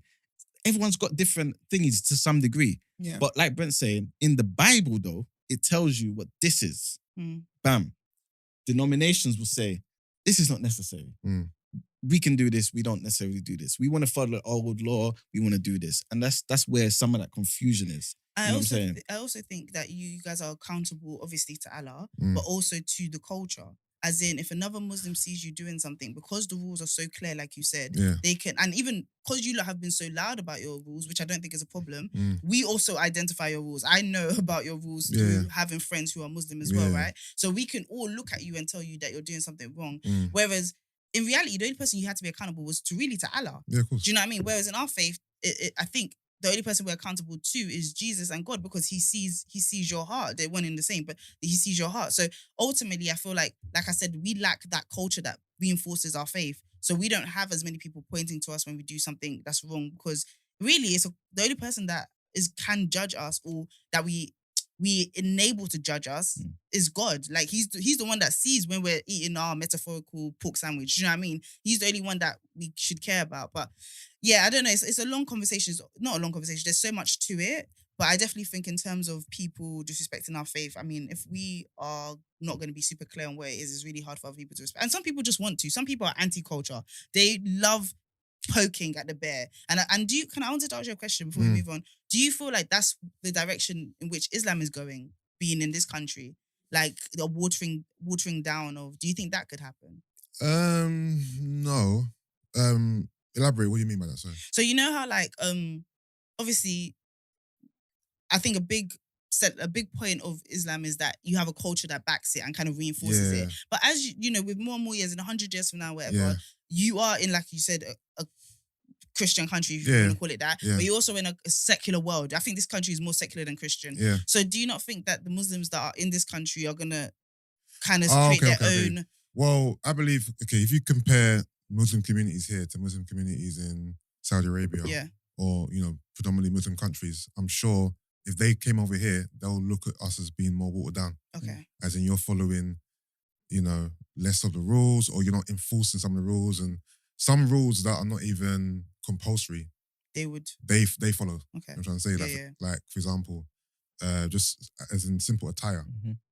For a man, for example, Muslim men don't have to cover their hair. They don't have to wear their hats. It's not Mhm. compulsory. Mhm. But if you go to Saudi Arabia, they're all wearing hats because, well, not all of them, but a lot of them do wear hats because it's a part of the religion. You don't have to do it, but they'll do the things you don't even have to do, whereas we won't do the things we don't have to do. Mm. Again, it's very nuanced because it's all relative to the individual as well.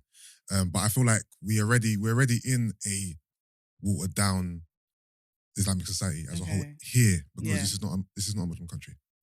So would That you makes say sense. it's important for your faith to make sure you're surrounded by a culture that reinforces your faith then to everyone? Yeah, but the thing is, Because it obviously has an impact. I look at mosques as communities. So Okay. within those mosques, It's on obviously it's an Islamic culture. It's everyone's Muslim there, so you're just surrounded by it. So Mm. it's when you come outside of it, All right. it's when it's less. And you're always going to, yeah. There's so much to this. I find this conversation Yeah. so interesting. If you guys have any thoughts, make sure you leave your comments. Be respectful. It's TDA. Be you. But yeah, let's move on to the next. Let's move on to the next headline.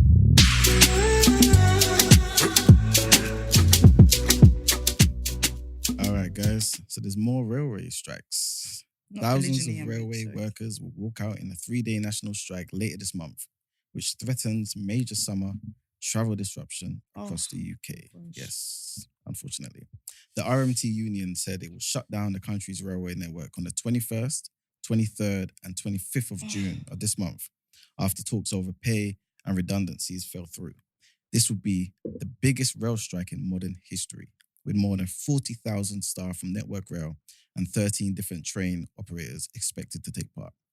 On the first day of the planned strike on the 21st of June, RMT workers plan to walk out in a separate dispute over pensions and job losses, taking the total number of staff, along with those from the Network Rail and train companies, to more than 50,000. So Network Rail allegedly plans to cut up to 2,500 jobs as part of a £2 billion reduction in spending, with the proposed job cuts including workers who maintain tracks, signals, and overhead lines, among other things. Regardless of this, RMT seems to be getting a lot of flack, as their strategic strikes will likely interrupt key events that are happening this month, such as Glastonbury, Test match cricket, concerts, even GCSEs.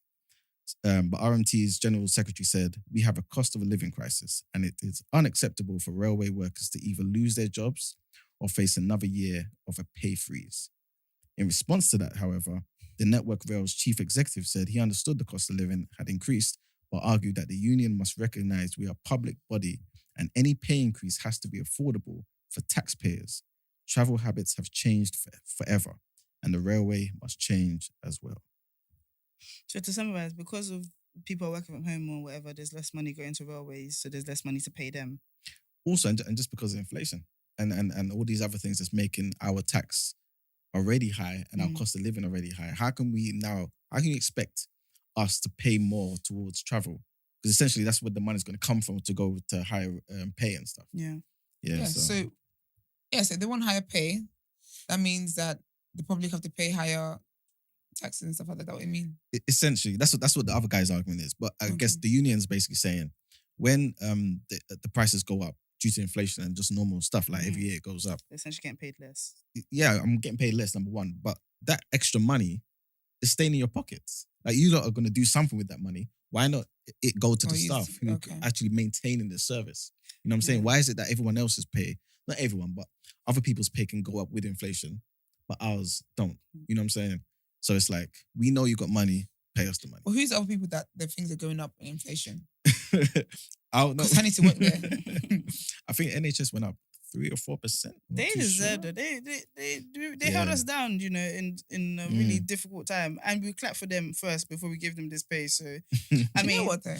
That NHS argument is their job. yeah, no, it is their job, but But it was very taxing at that time. Yeah. Very yeah, taxing. and they I didn't get get a it, single and I penny for absolutely that. understand that. But I think that at several points, and I'm not saying don't support the NHS, don't clap for them, do whatever you want to do. That's exactly Appreciate what you, she's that's saying. great. But I just think that there are other people's jobs that are very taxing as well at other times. But don't you believe that in that period they were going above and beyond what they signed up for? No, I think as a doctor, you know what you're saying. Just because No, the but- pandemic happens once in I don't know how many years, but I think as a nurse and as a medical professional, you know that there is a chance of something crazy happening, and you might need to work harder than you expect to. I think that will happen maybe every now and again, but a pandemic is different. No, but I know, and I know, I'm not taking away from that. I know a pandemic is different, but in going into that profession, you can never tell what's going to happen. You can't, just but think that- I don't that- think people even think about that. I don't think when I want to be a doctor, they're thinking about, one day there might be a global pandemic. Yeah, they that usually- Yeah, but I has to feel like with pilots, one day they might think that, I might be going smoothly, and then a tornado That's randomly different happens and though, stuff like because that. I think there's a more likelihood that will happen to a pilot than Not if you're driving an earthquake strikes, So, or not earthquake, or whatever it is that could tornado. No, I think being a pilot, Yeah, there's more of a chance of you, I don't know, Experiencing weather conditions. having a bad experience because of weather or whatever than it is Yeah. being a doctor and having to deal with a worldwide pandemic. That's fair enough, but I still stand by my point. No, I hear you. I'm just Yeah. I'm just giving some grace to No. the I'll workers. actually give. I'm not. Again, I'm not bashing the NHS or saying they didn't work hard, but I just think that It's part and parcel of the job. it's the job. Do you know what? I when you say stuff, Esther, I always listen to it because I feel like, do you know what? I always assume that there is something there, and I do think that there is something there. But I think when I think about what the pandemic was, that was like double the work hours. That let's pretend that these are not people that became nurses because of a love or because they were trying to save lives. They became nurses for the hours, for the consistency of the job and stuff like that. Yeah. Like hour to hour before the pandemic, they were, let's say maybe, I don't know, 10 hours. Then they were working around the clock all of a sudden. Yeah. So Yeah. do you get what I'm saying? And then also they, you know, when you, like, for instance, after this year of TDA, we all know that we're now part of TDA. Our next contract, we can say, we can talk with a bit more bravado because we're like, we now add value. That pandemic showed how important they were. So if I was a nurse, I would also be like, in fact, I didn't even know how valuable and necessary I was. Now I do. On top of the fact that I worked crazy hours, on top of the fact that I have trauma or whatever. So I think that that's where that's coming from. But I do think before the pandemic, I did just say, the NHS should get more just because I inherited that argument from others. Yeah. Like, I just heard a lot of people say the NHS should get money, so I've just said it. But now I think, they it's a lot. went through Even- it, and I feel like I still are. Even to a people degree. like the scientists and stuff who are like trying to find the cure and all that kind of stuff. This is it. So I'm just saying, what my point is that I'm not bashing NHS or anything like that. No, I don't think you are. But my point is that there were people who during the pandemic, I just feel like the NHS was highlighted to us because it's very close to home, but there's a lot of people as well who were under a lot of pressure in areas in society that we don't know about. So that's my point, is That's that true. it's not just the NHS that were like doing all the work, basically. Yeah. There's people in other departments that we don't even think about how society runs that had to do other things. Like And delivery their men. jobs were they were under pressure as well. So Yeah. They're right. just made No, that that's point. true. That's true. Sorry, I'm trying to open my iPad because I stay forgetting the password. But I think it's time for Word on Road anyway. All right. So Jamal Edwards' mum yesterday, Brenda, released a statement, a very detailed, kind of like a letter really, about the cause of his death. I'm just gonna read like a couple of snippets from it. So she said, "Since I last spoke, I have sadly learned that the cause of Jamal's devastating passing was due to cardiac arrhythmia, caused by having Arrhythmia. heart attack, caused by having taken recreational drugs, and I wanted to address this myself to everyone who loved, admired, and respected my son. Since finding out the news, I've been in a state of shock, and I'm still trying to process it. But it's so important to me that I do address it, as no mother or any loved one should have to go through what Jamal's sister Tanisha and I have been through since he passed." She also, sorry, what's going on here? Okay, she also said, Jamal had the world at his fingertips, a zest for life, and he was unwittingly taken far too soon. Yet we have to come to terms with what has happened, and Jamal is proof that this can happen to anyone.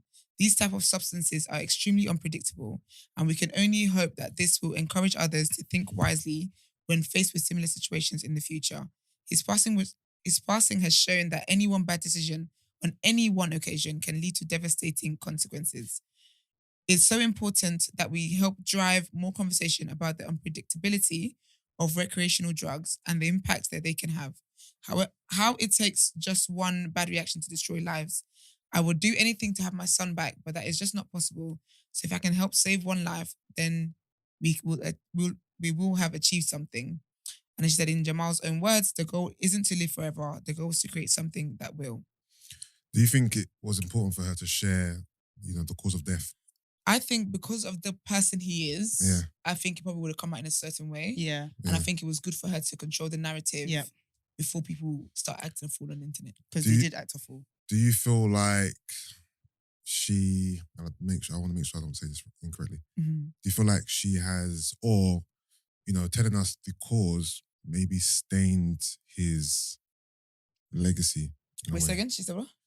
Do you feel that her, giving us the cause of death, Yeah. I'm trying to word it properly. So do I you get think what that you're this will stain It- his? does it stain his legacy, Lord? I don't think so. Okay. Yeah, Do you know what I same. don't think? I don't think so. I saw this incredible. Some people be tweeting sometimes. I'd be like, "You lot definitely got A in English lit," because the woman was like, "If you really understand the impact that this man had on music and Yeah. our society and our creative Yeah. industry, you would understand that this does not stain his legacy. All it does is, I also think, I think that's in people's mind somewhere. Like, oh, this is a horrible way for somebody with everything he was doing to go. Like, Yeah, I of think course. it's more of a sadness rather than a judgment. And I think a lot of people then used it as a way to be like, I think she tweeted about it, but you know the Twos podcast. Oh, Ro. Yeah, Ro tweeted. I think. I hope I'm correct. Yeah, it was You know, Rose. you know me and allegedly, but she mentioned that she lost her brother to recreational Yeah. drugs, and I think Yeah. there was something really selfless about Jamal's mum doing this. Yeah. Because when you think about it, a lot of people were like, it kind of because a lot of people have fun with drugs and like balloons and all of that, Yeah. and I just think people don't realize that with any drug you take, there's a Just one time it has to go wrong. and honestly, that's how I was taught about drugs. You know that one. I would be that I one will be the time. one out of 999. That's how I was always taught about drugs, and that's why I have like a less casual relationship with it. But a lot of people have a very casual relationship with drugs in terms of, I can control it. I know my limit. I know my. But the thing is that it's a very unpredictable substance, depending on where you get it from and blah blah blah. Yeah. And I feel like there was something selfless because in her saying that, I think there was life saves. Like there were people that would think twice. Yeah, I hope so. Yeah, you hope so. Yeah, But I I hope just so. feel like that was so selfless of her. You're right. I think it would have come out a different way, and it's great for her to control the narrative. Because I did hear that already. Oh, did you? Yeah. Okay, So- I didn't. That was from drugs. Yeah. So See. I'm sure, obviously, I'm not close to him Yeah, or yeah, his yeah. circle, so I'm sure that You would- narrative was already Already out there. yeah. I just think it's heartbreaking for her because it's just like, oh, terrible way. Yeah, no, it is. And it's, you know, it is when death is self-inflicted and when it was so preventable. It's like, it's sad because it didn't have to be You didn't this have way, to not be innit? here. But for whatever reason, obviously, he was on that path for whatever reason. And, you know what I mean? So I think the love outweighs that. I think when one of the blogs posted it up, I didn't actually see any negative comments, but I saw a lot of people putting down anyone who decided to put a negative comment. So I just think ultimately we decide the narrative, right? And I think a lot of people are just like, this is sadder rather than he's a disappointment. Or Yeah, anything like that. no. Of I'm not course. looking at it like his disappointment at all. I Yeah. just read a few of the comments. I wanted Yeah. to pose a question. Yeah. Do we feel that her This good. releasing this information Yeah. does anything to I think how in a people different view him? space. You know what I'm trying to say? I think in a different space. I think in like the mainstream space, yeah, Yeah. you might get some people that this is like when you find out the PM does something. Do you know what I mean? Like, I don't Yeah. know, cheats or whatever. They'll be Yeah. like, oh, you should be above this, blah, blah, blah, blah. Mm. But I think in the space where he created the impact he did, nobody will waste time with those kind of brain cells, like to Yeah, no, of to course see not. it that way. Yeah, But yeah, I maybe think in it'll just be sadder Yeah. because it didn't have to happen this way. You know what I'm Yeah. trying to say? No, it's definitely sad. I felt for the mum heavily when I heard about it because I was like, Yeah. yeah. In other news, Chris Rock and Dave Chapelle are standing up to their attackers. So Chris Rock and Dave Chappelle are doing a They're joint. standing up to their attackers. Yeah. Is that shade or is that, did they actually do it? No, they actually are standing up to attackers there. They no, couldn't on tour together. that was you throwing shade though. Yeah, that It wasn't. Oh, okay. I will always own my Listen, there's no shame in my Yeah, game. but you made up that headline. No, I didn't. Where is it? I didn't see it. She said in my I don't put notes. my notes in there. Oh. So, I put what you need to know, what you know I'm covering. So basically, they're doing a joint show together, and guess where it is? London. In London. Oh, wavy. Brent, Brent, I you know bet- you have to Brent, get us tickets. Tickets, please. I beg. Well, Brent, tickets are out on the 10th of June. Those are my Brent, goats, Brent. You have to in get 2 us days. tickets. What day is it today? Brent, respond. Wednesday. Yes, Brent. Wednesday. Tickets night. are out. Brent. Brent. Yeah. Brent, Yeah. Are we getting tickets? Brent, are we getting tickets? Brent is ignoring you guys. Wait, You're not- shh. Esther, if you joined in with us, it would Silence. work. Brent, are we getting tickets? Honestly, I'm gonna look to get a box on Daniel's time. Come on, Come Danielle. Are you saying it into the mic? Yeah. Okay, cool. Yeah, people need to know TDA in But light. What's that going to do? Like, okay, me pulling myself. No, because otherwise on the thing you'd just be blank, innit? Yeah, production dude. He's saying lean into the mic, big man. That's what he's saying. Say it with your chest. I'm joking. That's so cool. I Let me don't get an care outfit who ready. hears me. But you know what it is though? Huh? I don't care who hears me. I can't hear you. I don't care who hears me. No, Yeah. but I'm saying if they don't hear you in the recording, it's just going to be No, silent. you just take it out. Okay, cool. Oh, they can definitely hear him. I will say it. Brent said he will sort us out. All right. You take that out too. But yeah, so tickets come out on Friday, 10th of June. Wow. Brent, if you're going to sort that, you're going to have to do that expeditiously because if I don't see myself there, Do you know what I mean? I'm going to protest Oh my and join the gosh. railway workers and not be here. So the show is on the 3rd of September at the O2 Arena, and I'm very excited for it. I haven't seen either of them live. What? Oh, But I'm very ready for You're that. I gonna think I'm love just it. into them now, so let's go. No, you're gonna love it. But Esther's talking like Brent's already patted the box. No, that's you fake. know what's funny? In I was gonna get my employer. ticket tomorrow. I didn't know about Oh, it. you have to get Oh, anyway. really? I'm going either way. I was gonna get tickets as well, actually, to be fair. I'm doing OT priority and I'm going either way. Oh my god! So I just need You to know guys are whether to good. keep my money while Brent sorts out the box, or was actually I can still sell it. If Yeah, anything. just Yeah, rely he's- on me. Was Just that? rely on you. Forget about buying tickets. I have Just trust Yeah. issues. See. Brent. I'm relying on you. Yeah, no, I'm gonna not buy now. I'm just gonna wait for Brent. Yeah, No, I'm but just I gonna need wait to for see Brent. that. No, but his tone is not. No, he's saying encouraging me. he's being shady. He's like, don't rely on me. Go and do your own thing. Exactly. And then if I manage to pattern it, then I'll pattern. Oh, is it. it? Oh, But the way that I I trust think I'm being Brent, genuine. and the way that I trust Brent, I'm not doing anything. Now I'm waiting on Brent. I'll That's see you great. guys at the O2. Yeah, that'd be interesting. Anyway, you know what? You can, because it's Chris Rock and Dave. Anyway, you can always hold the ticket. You Yeah, of can. course. Yeah, it's easy. So yeah, 3rd of September, O2 Arena. Tickets are out on Friday, probably 10 a.m. Knowing the O2.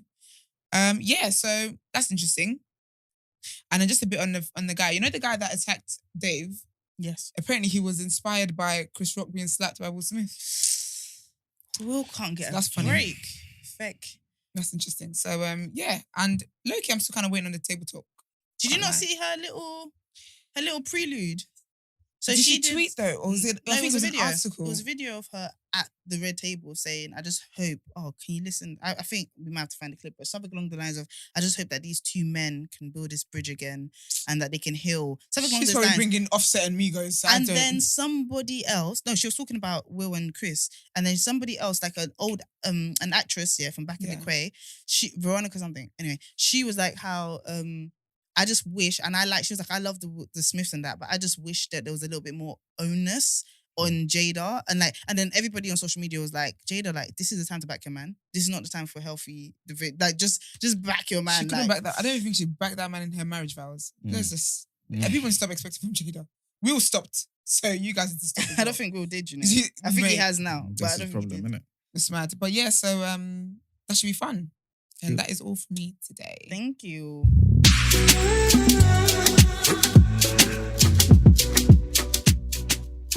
Okay, so welcome to my segment, The People's Journal, where I give you the news from an economics point of view. So the first thing I want to talk about, which should make all of you in here happy. Actually, it depends. Everyone here on Apple uses Apple? Or Yeah, you're Android? the only one who Yeah. isn't. I'm the only one who uses Android. Yeah, you're the Yeah. weirdo.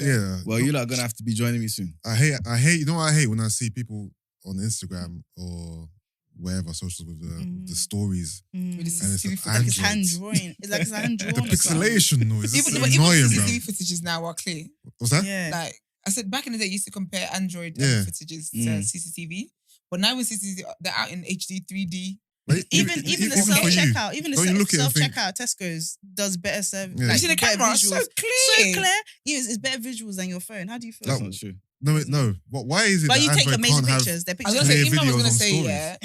yeah, I have no idea, you know. I don't know. No, Apple. I feel like Apple don't does get that it. on purpose. I don't know how, but I blame Apple. Do for it. what? Well, they enhance theirs. I make feel them- like to make Android look the bad. way their software is somehow like shits on you lot's quality on their platforms and stuff like that. I don't know how to describe it, but because you lot's actual like The when you lot take sabotage. pictures, Yeah, exactly. it's Much way better. better Yeah, than it's when clear. we take Yeah. pictures. I was gonna say, yeah, Android cameras are sick. That's Yeah, what I'm much saying. better. So I'm like, why is it this? I feel like it's some sort of Yeah, it's something with the Hacking, the software. conspiracy. stuff software, and yeah, Insta to and make all it that, less suited No. to you guys, Yeah. and we fall for it. Yeah. Well, basically, you know the situation where everyone's looking for chargers and all that type of stuff. Yeah. Yeah. There's a law in the EU coming out in 2024 that says all these companies have to use the same wires. Sick. Yes. What happens to the phones that we've already got? Yeah, that's the problem you're gonna have to deal with. What? I'm confused. No, but basically- you still have your current charger. Yeah, you still have it. Yeah. But what if Yeah. it breaks? You have to buy one like that. Just buy it. They're probably gonna sell it on the black market now. It's gonna be more Yeah. expensive. £30. I'm gonna start gathering Buy it. USB. Honestly, Esther's gonna be striking with the TFOP. I just feel like there's too many things she needs It's coming. Yeah. So, Honestly. yeah. So basically, what they're saying is, irrespective of like the company everyone's gonna have to use the same USB-C type That's good. chargers. Yeah.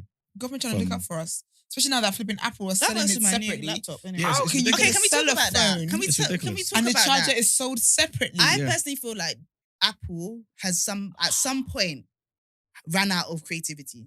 Because all they are doing now, because remember, they were the guy. Steve Jobs, Yeah. they're the guy that's like, we're going to Mm. bring the camera and the iPad and that. We're going to make one phone and we're going to call it the iPhone. They started off being that guy. Now they're the guys that are selling.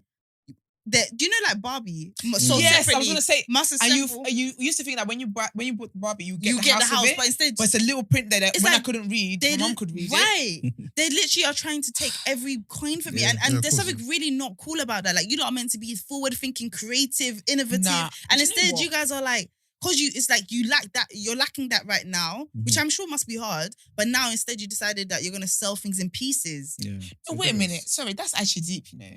Imagine you didn't know yet they were sold separately, right? And you just got the phone delivered to you because you just thought, Yeah. and then now your phone's here, but you have no means to charge it. It's Yeah. ridiculous. But also, they're assuming that you already have a charger. Don't assume. This And then someone also, like, Because even- most, Emman ain't got a most charger. Apple users already have chargers, right? No, but they even changed. They've They've changed the changed charging the- port the- anyway. Yeah, it's So- changed the new So charging and they port as well. they changed the charger being sold separately was something they did alongside that change. Mm. So it was definitely something that meant you had to buy this additional thing. And then on top of that, come on, we know that they're very intentional because even the slowing down of your phone when they bring out a new phone, Yeah. Yep. and the fact that none of us are going to be smart enough to come together and sue them for it or anything like that, Mm. that is just really bad. Do you know what we should have service. known? Do you know what the first sign was? When they created the phone, it has only got one port. So you either use your earphones or you charge your phones. Mm. You got to pick wisely. Oh, yeah. Because they want everyone to have AirPods. Yeah, Yeah. yeah, Like, I yeah. just feel like Facts. rather than being creative, they're just becoming better strategists. Like, they're becoming Yeah. better thieves. But the reason why because people strategy. queue up for Apple and like when before you buy a phone, you sometimes get into this little YouTube wormhole of what's the new updates and stuff like that. Yeah, so you do it before you buy a laptop and stuff, and you see the excitement that these, and I say this in a complimentary way, these geeks have for the creativity of it, not for the Exactly. business grabbing, money grabbing strategy of it. Like iPhone needs to get its shit together because in 10 years nothing is cool. Like everything, you need to maintain your coolness. So that Yeah. would be my message to whoever's running Yeah, the so thing. 100%. Like, so the new rule basically will cover a range of small and medium-sized portable electronics, so mobile phones, tablets, headphones, headsets. All of them things there will have to use USB-C type C. And what they're saying is it will save consumers up to £213 million a year. 213 million. They're making up numbers As in again. all together around the world or each individual? Because I don't have 213 million. No, Soon. altogether. About to say, So who basic- did that maths? Because basically what they're saying is basically that's how much we spend on unnecessary chargers Who's we? every year. Yeah, I use my charger. I let my phone die, child. Honestly. Whoever needs me, gon' wait. Yeah. Cool 999. iPhones are I'm not. the emergency iPhones used to services. be really affordable in my head. Now they're Mm. not. So I'm good. Yeah, It's it's very ridiculous. sad. But anyway, But like I say, from an economics point of view, I always say at the end of the day, people should have the freedom to do what they want to do. Like in terms of the business. Like if they want to sell it separately, then they should. no, but But at the end of the day, we should be able to be wise enough to say, I'm not buying it. I And know that I will said make that. them not do it.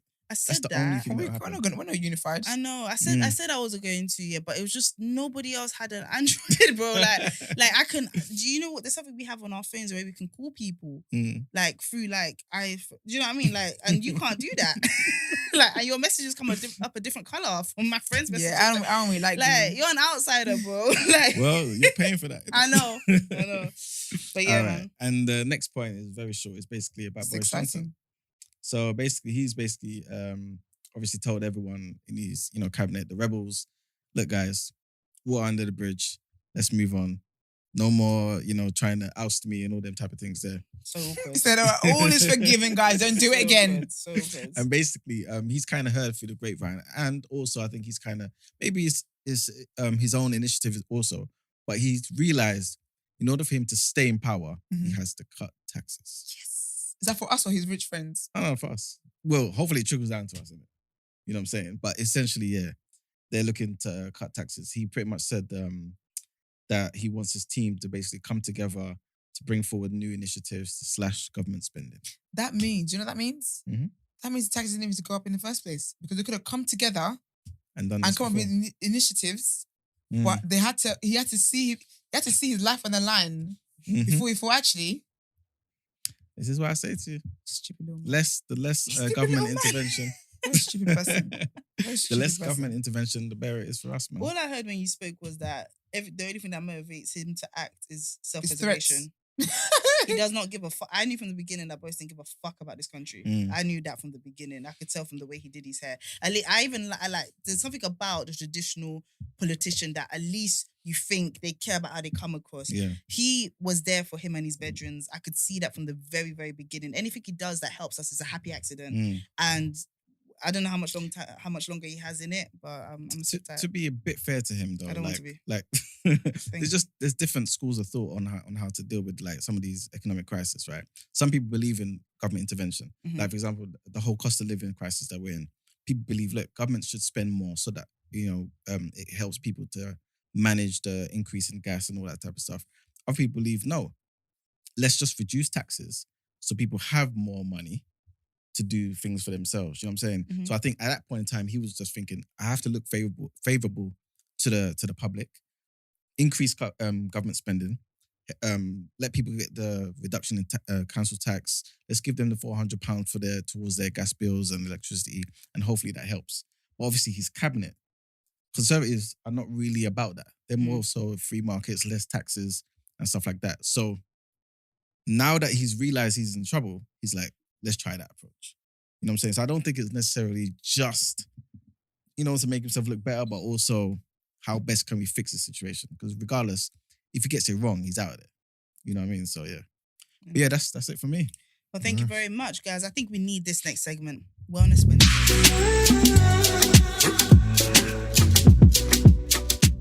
Last week when we did this, somebody said it was very wholesome. Mm. So let's Yes. give them a bit of wholesomeness again. Okay. So today's 2 quotes, I'm going to do 2 quotes. It's from a beautiful, wonderful black woman by the name of Audre Lorde. She was a lesbian. She was a feminist. She was one of those super duper pro-black activists as well. And I think the first quote anyway kind of sums up her life and how she kind of lived. And I think it's the lessons you can take from it is something that all of us can pretty much benefit from. So this is what she says. What does it mean that a black, lesbian, feminist, warrior, poet, mother is named the state poet of New York? It means that we live in a world full of the most intense contradictions, and we must find ways to use the best we have, ourselves, our work, to bridge those contradictions, to learn the lessons that those contradictions teach. So that's the first thing. The second quote is, there's no such thing as a single issue struggle because we do not lead single issue lives. Our struggles are particular, but we are not alone. What we must do is commit ourselves to some future that can include each other and to work towards that future with the particular strengths of our individual identities. So yeah, that's basically today's 2 quotes. And again, I think the first one kind of speaks to, I think it kind of touched on what we spoke about earlier about, religion and the differences that we have. Like none of us, and also even the second quote where she's talking about single issue struggles. All of us here are black, but someone's Muslim, some of us are Christian. You know what I'm saying? So our struggles are unified in that we're black. But again, when you add religion to it, we've got another thing to kind of add to the mix. Yeah. And on top of that also, there's females here. You know what I mean? Like certain privileges that we have as men, you guys do not necessarily have. So all these different factors, these facets of life come together and we need to deal with them. You know what I'm saying? And again, like you were saying earlier, just you being a black woman, feminist, for equal rights, pretty much anyway. That's all feminism really is, right? Yeah. And being a Christian. And all these type of things there, in itself, in today's society, a lot of these things seem like contradictions, but they are the reality for a lot of us. We're not just one thing. And so I guess just to make society better so that everyone can get along and be more productive and be happier, we have to face those contradictions and figure out a way for them all to kind of marry and just work together. So yeah, that's pretty much what I get from those 2 quotes. Sorry, quickly, in her description of herself, Yeah. Where do you feel the contradiction lies? In that, she's a mother and a Okay. lesbian. She's a mother and a feminist. She's a mother and a warrior, especially back then in the 60s. You know what I'm saying? I don't see those as contradictions. Oh no, definitely contradictions. Because how back then to come out as a black woman Yeah. and be a strong feminist, right, and expect certain things in that society where women weren't afforded certain luxuries. Even today, they're not.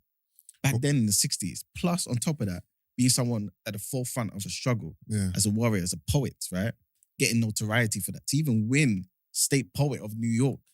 All of these things didn't seem like they should happen for this particular woman. Do you mean This person. as in how she's viewed from the outside looking in, or how she Yes. feels about herself is what you're talking about? No, like how people would view her. Oh, okay. I thought you meant as in her being all these things Yeah. makes her a walking. Oh, no. Oh, No, okay. not necessarily, You mean no. how she's viewed? Okay. Yeah, like it just shouldn't happen. But at the end of the day, that's just the reality of human beings, that we are more than one thing. Those But were her aren't- words, right? Sorry, Huh? but Those were her words she used as Yes. calling herself contradictions, right? Yeah. Based on the time in which is that she was in. Exactly. Cool. It wasn't your words that you were using, yes? Yes. but aren't contradictions, things that oppose each other? As in, you can't, like, for example, I believe you can be all these things Mhm. and not be viewed to be, contradicting yourself, because But I maybe, don't believe these things necessarily clash Then the in time terms of their which is- ideals. yeah, I think the Yeah. time. Yeah, you have to look at the time, man. Like in the 60s, like how are you really a mother and a lesbian? You can still be a mother. How can you? I don't get No, how but you can because be. you wouldn't. Huh? The time, let's keep this Yeah, but I'm not. Yeah, I, you no, have I get the time, but when it comes to for me, the time doesn't make a difference. I'll be honest with you. It makes a big. You can be a great mother and still be a lesbian. I don't Yeah, understand I- how I- you that those things. How is How it did you seem become- that those two things can't exist at the same time? How did you become a mother as a lesbian in the 60s? Are you talking about in regards to how the baby was conceived? Like it's all part of it. Yeah, but okay, cool. I You think- can become a lesbian afterwards. I think. No, I you think, can't. Yeah, of course. But like, You can What? become a lesbian afterwards. I think. I don't know if you want to say that. I think what she's saying. I think what she's saying. This is just my interpretation of what she's saying. Is that when people think of a mother, Yeah, and when and what conjures up in their mind, and when they think of a lesbian, what they conjure up in their mind. yeah. When they think of a poet, Mm. when they think about a warrior, like all these different things led to very different ideas in their brain. Yeah. But she was all of them. Yeah. Like, how can Mhm. this one person be all of them? A mother should be retired and completely obsessed with her Exactly. children, Yeah. but she's at the forefront of a movement. Yeah. I think that's why when they say time, they're like, of course, Yusuf, you're like a very intelligent person who's very like, I think you're very for women, but whenever I need to argue against you, I'll take that way. But like, yeah, I think you're very for women, and, Yeah. and you see a lot of strong women, whether it's your mum and all of that. So in your head, of course, you could be a warrior and you can be a woman, and logically, of course, you can be a mother and be a lesbian. Yeah. But I think that's you're so enlightened, like, because of the life Mhm. experiences you had. But in the 60s, where a woman should be retired and behind a man, Mhm. she was a lesbian and a poet and a warrior. And the only reason why I can even imagine this is because even to this day, we all live with people's perceptions of what we should be as opposed to what we really are. And I think that's what she was talking about. Like, how did I win this when I'm all these different things? When Exactly. according to how you speak, I can't. I Yes. think that's kind of what she was Mhm. alluding to. But all your questions are the first thing that went through my mind. But because I think the different time and just the way that people like to put people in boxes, she was just like, yeah, look, I don't exist in any real boxes. Mhm. I belong to all these different ideas and communities. So stop thinking that way. Exactly. And that's why she said we have to find ways to use the best that we have, ourselves, our work, the things that, you know what I mean, to bridge those contradictions and learn the lessons that those contradictions teach. Those things that back then you saw as a contradiction. You know what I'm saying? So, Like, yeah. I saw this guy completely addicted to drugs, yeah, and he was sitting down outside like Tesco's, whatever, and I looked at his notebook and it was the most beautiful artwork. Mm. Like guys, it was like, I even asked, can I take a picture of it? And I like, the work was so beautiful. And some people would say I don't know what drug he's on, but let's just say crackheads. But let's say a crackhead versus an artist, some people would be like, that's so different. But I think today's society, we actually okay with contradictions a lot Yeah. more. Like, we can envision that. But Yeah. 20 years ago, an artist had to be somebody from art school who did a particular kind of fine art and stuff like that. So, yeah, man. Anyway, Yeah. shout out to you, Lorde. Miss Audre Lorde. Yeah, so Yes. I didn't want to pronounce the first word, right? But yeah, if anybody wants to send in any messages, we have our daily segments, and 2 of them is asking for a friend and sis, what would you do? If you want to send in a message where you ask the whole team, well, then that's asking for a friend. If you want to send a message and you're asking just me and Esther, that's sis, what would you do? And so send that through to 075-6484-1073. That's 075-6484-1073. Now, let's jump into the Love Island segment. Yo, beautiful people, welcome to Love Island. Love Island. The day after. Guys, let's jump in. Day 2. What are we saying? What did you lot realize? What was your main takeaway from the episode? Okay, cool. My main takeaway is that David is an arrogant, self-centered. You don't think David is arrogant? This But is you're the same, really good on a monologue. This is the same man that called me selfish just because I introed the show. This So is the at same this man that point- introduced himself using YouTube comments.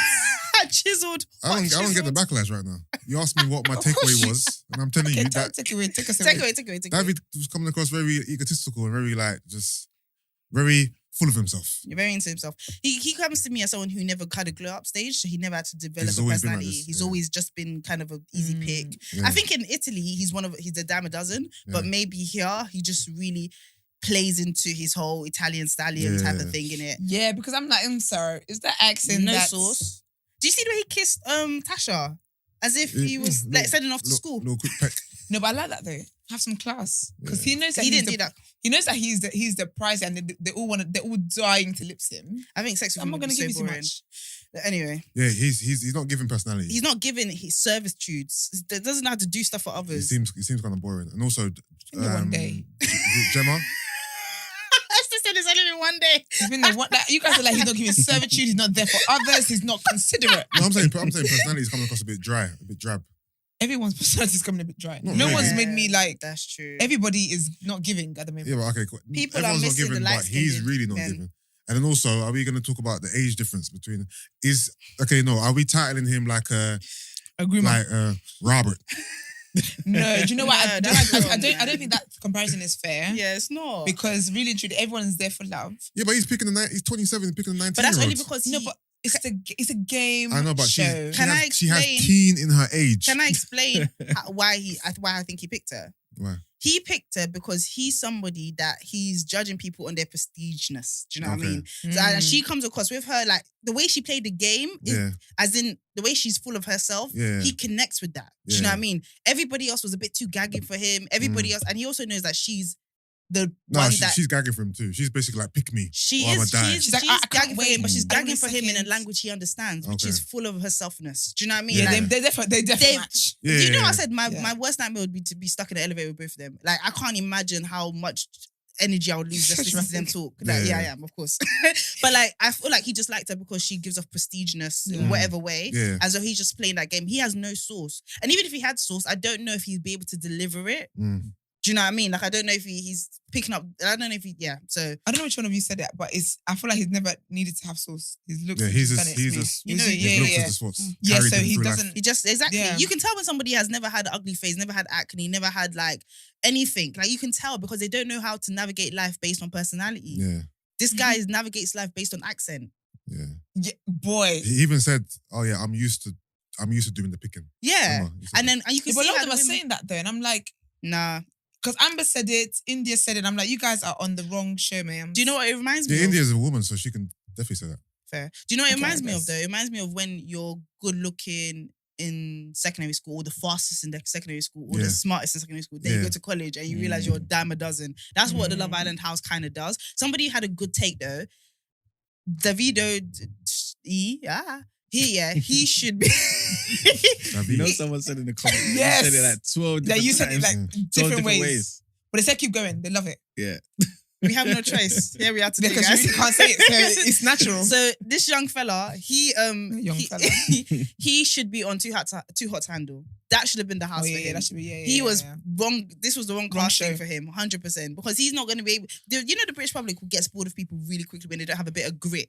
They don't have Yeah, a bit but of you know that personality. because of the accent, he might win the British public with the same way he's winning girls in the house. And also, I thought he's gonna dump Gemma for one of these two new girls as well. You feel like he is? I feel like he is. I feel I'm like which one of them is giving that's gonna do that? I think Gemma's a little girl for him. If I'm honest. I think, but Gemma's got the look that he wants. I don't think he's running. I don't think he's there for love. As much as he's saying that, I don't. Yeah. because how are you gonna tell me? Yeah, he loves love. Yeah. Jambal, he broke up with his last girl in December, and now he wants something serious. You don't want to break. Before you go something serious again. And they were together for 2 years. Why does he need a break? You know, you have there's to a heal. timeout for you. I'm not lying. You have to heal. I don't believe anyone really goes on Love Island to find love. No, but he's like doing too much. So Yeah. that's why I don't think he's going for one of the new. He might go just to shake things up a bit. Yeah. But I don't think that aesthetics-wise, and I hate to say this, but I don't sound ridiculous, but aesthetics-wise, and Yep. to be a winner, Yeah. none of the new girls are going to give. Even that one, What do you think Gemma's giving? Gemma looks-wise is giving. Isn't that Owen's daughter? Yes, Yeah. she Yeah. is, but she's not But- winning us over personality-wise. But you know, at Yeah, the same yeah, time, but Amber they're not from the last villain. season, the villain. Once Yeah, you, no, if you're she consistently she a become the villain, if you're consistently like not likable, people Yeah. start to believe it's your personality. They start to like you for being consistently that way. Yeah. Yeah. So if she remains kind of stuck up and all of that the whole way Mm. through, it's cool. What's gonna flog her, yeah, is if she suddenly changes into a nice person to get a guy. And I can see she's got that capability because the way she treats Liam like he's a dustbin man, Yeah. and the way she treats this man that has not said a full sentence to her, yeah, night and day. I need Liam to stand up. Stand up. Yeah. Because Stand you're up. actually a very good-looking guy. Like, no, but And it really, rattled him though. She rattled him. Yeah, but like, babes, you got so... He must know who her dad is. Because he's auditioning. Yeah, but you know what it Yeah. is? Some Heavily. men I don't never want to fight. audition. It's not You're not on the wrong fighting. show. You have She to punched craft. him. When he said the whole thing about the horses in Stay the on house, Shoreditch High yeah, Street. he was already flopping. You know, like when you're a little bit rattled, so you're just saying words now. So Yeah. he fucked up and he said, "Oh yeah, but you must have a big house, but horses aren't actually in the house." He just was rattled, right? Yeah. That moment, yeah, Liam. she looked at him and then she just and we only seen a couple minutes, yeah. She is constantly shitting on his confidence. Did you see when he was like, "Oh, you're this, you're this, you're this"? She's like, "That's nice." Yeah, she's I just said. and the thing's like he needs to stop trying to even pander to her. Like he And needs she will to, like him then. Because did you see how she looked when the girls were when doing the challenge when the girls were him? kissing him. She looked. She was like, Like, or okay. maybe I'm not paying But attention I think to him. Yeah. some guys, some of y'all know this. But I think with Liam, what he needs to do is act like he's not interested in her. And she will come running the back. He She should definitely will. have done that from the moment he made the 12 horses in the house comment. He should have laughed it off and he should have walked away. Because here's my thing, yeah, Liam, he's actually not even had the time to flex his wings a Yeah, little he bit. hasn't. He's not a last choice in that house. And I He's really a good right. guy. But what he's done, he's put her on a pedestal. He put her on a pedestal because that's his girl. Yeah, He yeah. has to have her like, can we talk about Mr. Bish? Luca Bish. Luca. Can we talk Luca about him, Bish. please? I What do you do? like Bish. Can we talk about him? Because he's probably got the most personality. Yeah. He Yeah, I does. like it Yeah. too. And he knows it. He's got the most personality, but he's also the one that is playing the game in terms of getting to know the two girls. No, but How can he forget the sex position? They're coming to him though. Like, he forgot No, he's putting the, out bait. He's putting out the bait. other girl who's not actually his, Tasha, she's always on him. she's gagging. Yeah, but for he him. forgot the sex Sex position. position. Imagine. And in the first 1 minute of talking, he asked her what her favorite. They get to know each other. Broken Eagle And is not a his common- way was, what's sex position? Yeah. He even asked her to explain because he didn't know what it was. Yeah. And then you get in the challenge. Oh, I forget. Tasha, she was What's like, her name? Her Paige. Is her name It's Paige. Sorry, Paige. Paige Yeah. is my favorite. I love Paige. Paige I think she's seems so really. beautiful, man. Paige for me is going to be super entertaining because Paige has forgotten she's on TV already. Yeah, She's she's living. She's already in it. And do you know what I like? That's one thing I took away, yeah. The way Tasha is and the way Paige is, yeah, it reminds me of how I think white people date anyway. This carefree. Today is a new day. Mhm. I can flirt with this person and flirt with that person and just having maximum fun. Yeah. Like, whereas India and what's the Amber. and Amber, They're gonna, if they're not careful, they're gonna lose us. they're gonna Because lose us. first of all, you got my man's name wrong, right? But can you guys pronounce it properly just so that I make sure I'm not getting it wrong? It's Ikenna. Davide. Ikenna. Ikenna. You see Ikenna. how Oh, we Amber was cannot. like IKK. Do you know I said It's IK. I said not the blacks I said- She got mispronouncing no respect. black names It's rude. on British television. rude. What is It's the rude. substitute teacher? Because I just thought, like, guys, you don't understand how much you're slightly playing I'm yourself. almost thinking she was planted in there. I personally think that Love Island are doing an agenda saying you blacks wanted Oh no, we're gonna get to that. yes. Because Yes. that's Because that conversation is a conversation. Right, let's get through let's everything just else and then yeah. Yeah. and what else was the house? Okay. Okay, the kissing challenge. Damien. Yeah, I was gonna say, do you feel India picked Dami on purpose, even though she might not Yes. feel that it was him that She wanted to was? see if there was a spark. Yeah, It's the smartest No, thing but to then, do. did you hear her say that though? There wasn't a spark. No, she said there wasn't. It was okay, but if it was a different situation, a romantic yeah. situation, then there might have been a spark. So I'm like, what's your truth? If you like somebody, you could I'm kiss like, kiss them me in the bin. in the rain, There'll be a spark. and there'll be a spark. The bottom line is that I feel like what we're doing now, yeah, is that we're not even projecting black love onto them. We gave up that first day. yeah, It's now them trying to they've read just... Twitter over the years. yeah, but you know have. what it is? I think for them, ideally, what they would have wanted to do was not be paired with an agenda. Just be with somebody, right? Yeah. The fact that both the two black girls were paired with two black boys, I feel like you can't ignore that. Yeah. Do you know what I mean? Ultimately, I feel like when she kissed Dami, I thought it looked like a good kiss. Dami did the whole hand on the neck thing, but the gentle thing, you know, that thing. Yeah.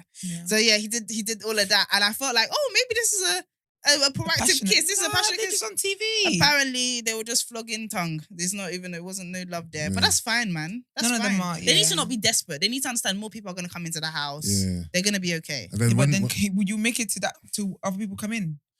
I don't Because know. someone's leaving. when the camera panned to Ikenna week. when they kissed, he didn't seem to even care. Who? Ikenna Ikenna. jumped into Davidia's bed. Yeah, I see. Did you In the see morning. though? Is he Curtis? I feel like he's just No, like but a you know free what- spirit. do you know he's what's just, cheeky he's just down for whatever. Can I bring up one topic after this? Go ahead. India, yeah, when she was in bed with him, when the camera panned over her really quickly, you know me, I could pick up anything. She looked like she had the ick.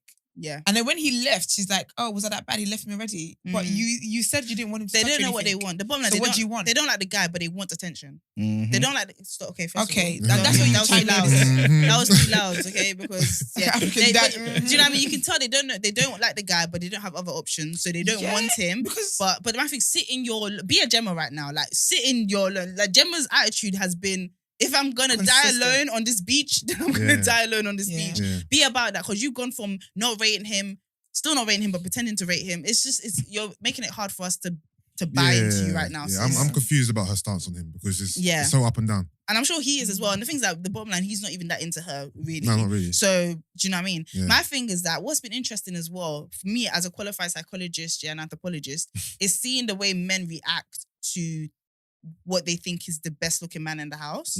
There's very different reactions. Yeah, they're very Can we threatened. I love that, yeah, because you're invested. Yes, let's talk about it. They're very threatened. They're very threatened. So you have Luca that said, make him your best friend.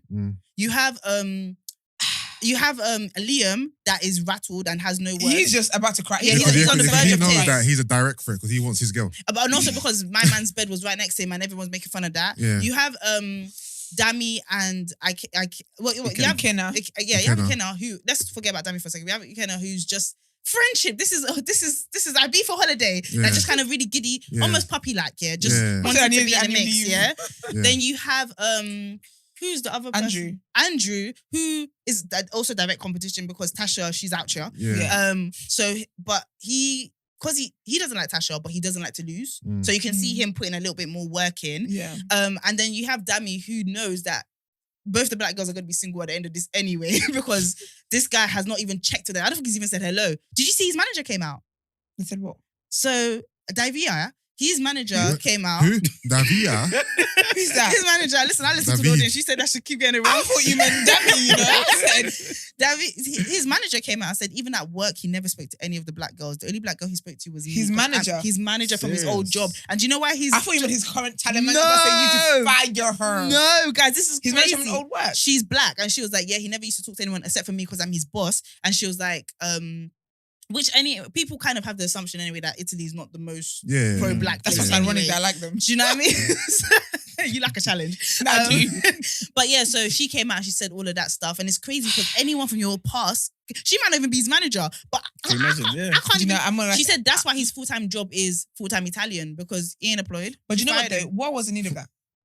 Because really, do you know what? What I got don't lots like of sometimes. retweets. Yeah, I feel like sometimes you can tell it's evident that a guy doesn't like a girl. Like in this house, right? It's evident he doesn't like her.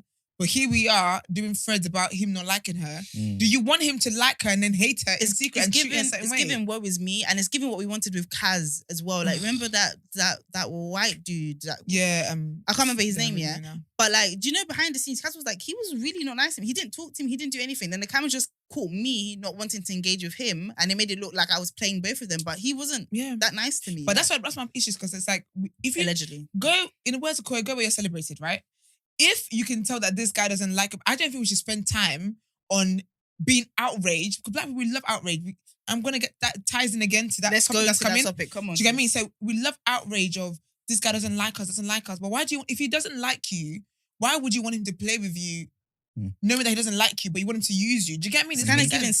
self-victimizing. It's giving woe is me a Exactly. little bit. And you don't need to be in that. She like, India also has not given me any inclination that she's even looked at this guy. Yeah. Like, she might have called him good looking at the beginning, but India, I'm sure, has the radar that all black girls have when somebody is not for you. So she would have shut down the door. Maybe Amber might be the only one that maybe sometimes is just attentive. But even Amber, I couldn't tell you who Amber's type is to this day. Yeah, I couldn't tell you. She's into black unclear. guys, white guys, Italian guys, biracial. I don't know what she's into at all. India, I think she just wants somebody with sauce. Yeah. She just wants somebody with sauce, someone with confidence, and Mandem, somebody innit? who wants her. Yeah. Mandem. She wants Mandem. Mandem. That's it. Like, that's it. Or Alex Bowen. I don't know if you know him, but But basically what I was going to talk about as well is how I feel like, obviously over the years we've always complained about the fact that Love Island is not diverse and blah, blah. And do you know what? A part of me doesn't even think this public thing, about public put them together. I think Love Island producers did that together. Yep. Did that, and they just blame the public. Because I would Because do we the have no same thing. proof of this ever happening. right. Nobody But voted for also- this. Because I specifically voted for a white man, so I don't know about y'all. But I feel like now they're like, you want blacks? Because really and truly now, this is now not a true reflection of how society is.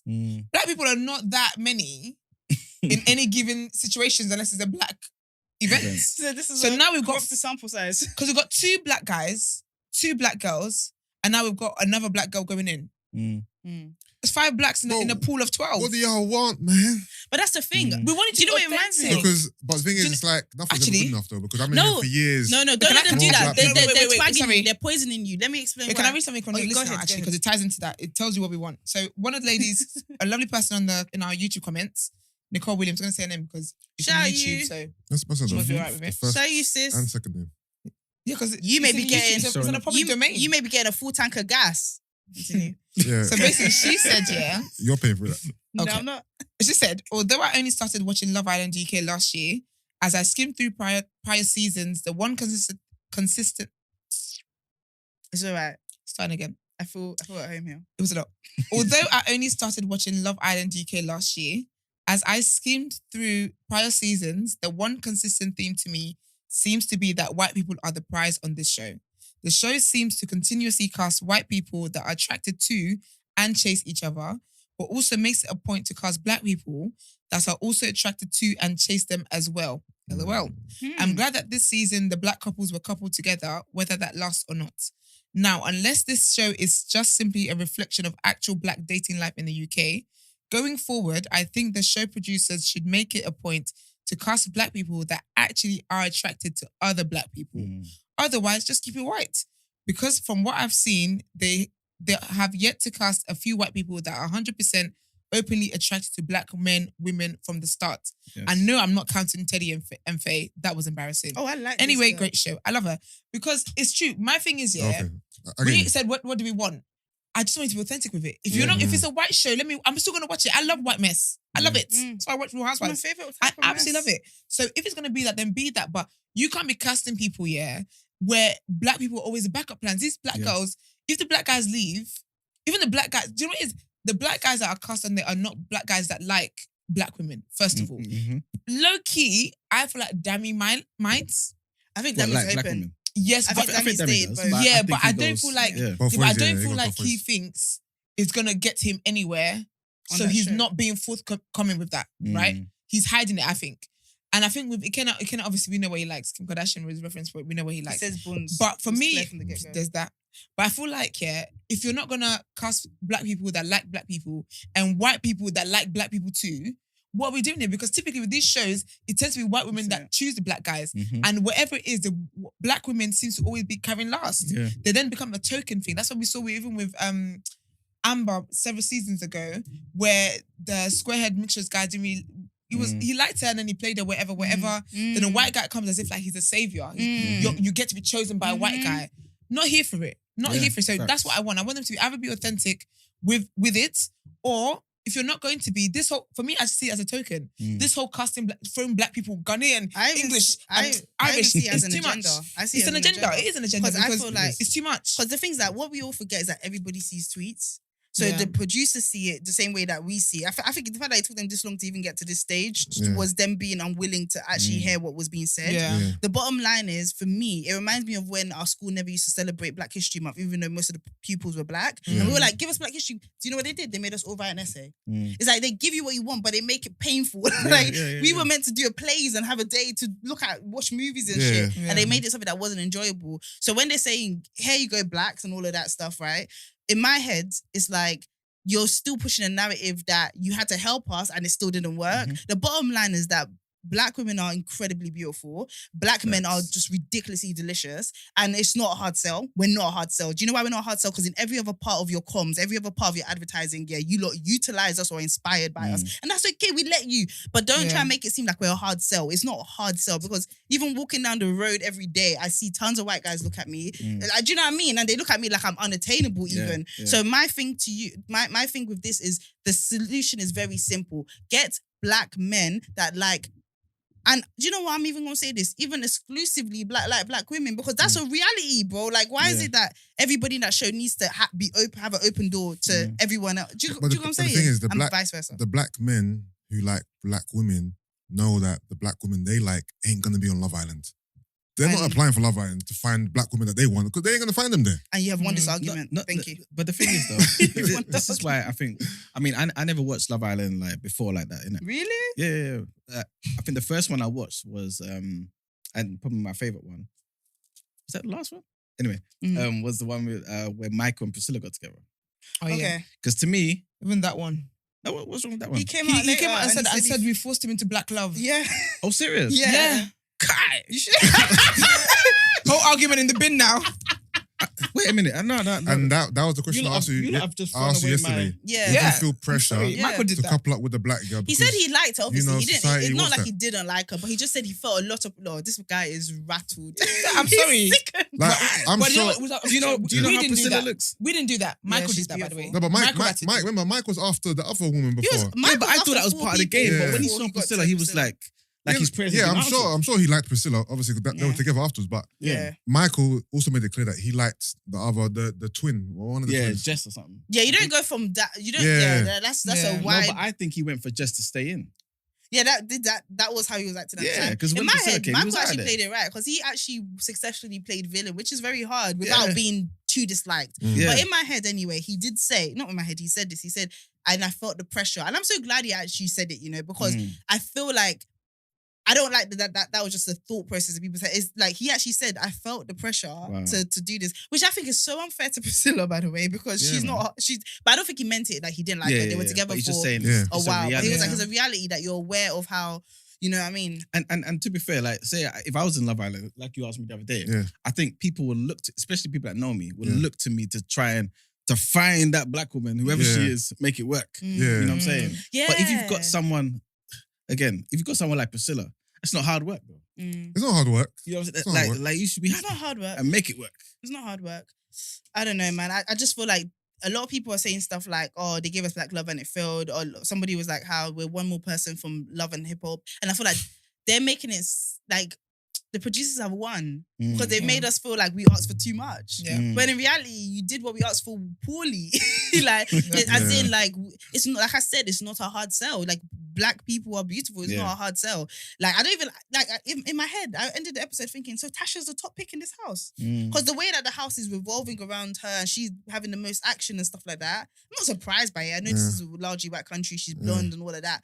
But I just feel like she's the top pick. Yeah. You know, it That's is. a bit The crazy to me. Dammies and the Kenners, they're the type of guys I expect to apply for Love Island and to want to be on the show. That's true. The Ovies, that to me is an anomaly. Yeah. You wouldn't expect a guy that looks like Ovi, And they're not good who has TV. his type of demeanor to want to go on Love Island. And they're not good TV either. Like, Yeah. Ovi was lovely to look at and he had moments, but Ovi wasn't. He was just he chilled was- and laid back. He was and, icing, but he wasn't the cake. Do you know what I Yeah. mean? And I feel like there's certain characters, and often they're white characters that are allowed to be like, even Theo. Theo's Black. He's biracial, right? yeah, He was a fantastic character, Yeah. but I think he also was biracial, so he was given that leeway to be naughty, but it didn't mean him being disliked. yeah. Do you know what I mean? Like, let's be real. When Michael was in there and he was doing up strategic, he was genuinely very disliked. Yeah, like it was. very disliked. And that's the thing. When you do naughty as a black person on these shows, it's not just cheeky. It's you're disliked. Yeah. And I don't think, and that's a lot to carry, the whole of Britain disliking you. Do you know what I mean? So, yeah, man, I don't know.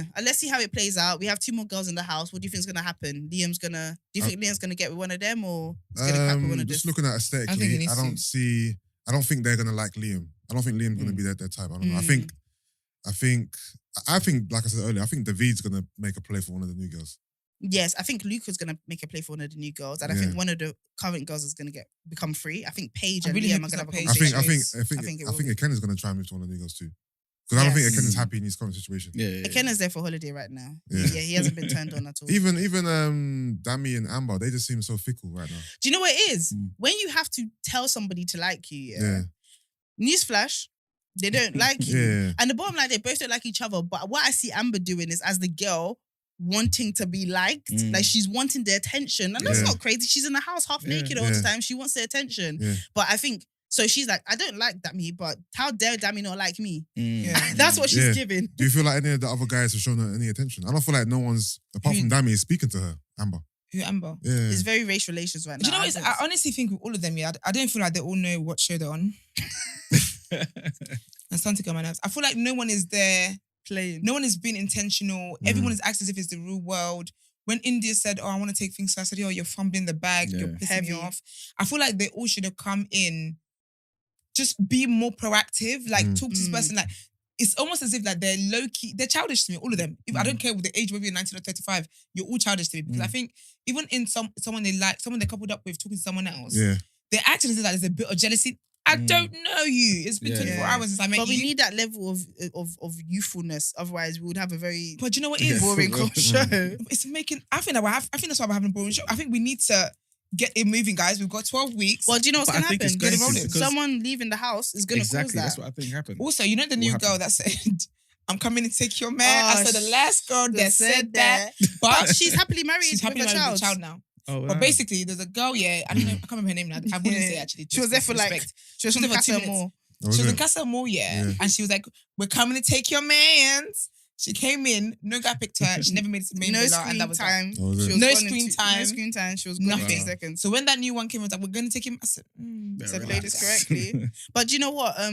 I feel like the 2 new girls that come into the house. Another thing, one of them is 27. She's an actress. I liked her, and I'm still open to liking her until I feel the one that's taking people's mans.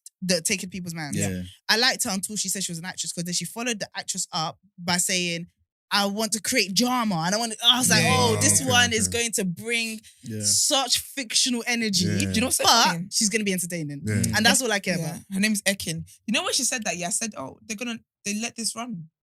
I would have said, "Cut." Do that again. Take that out.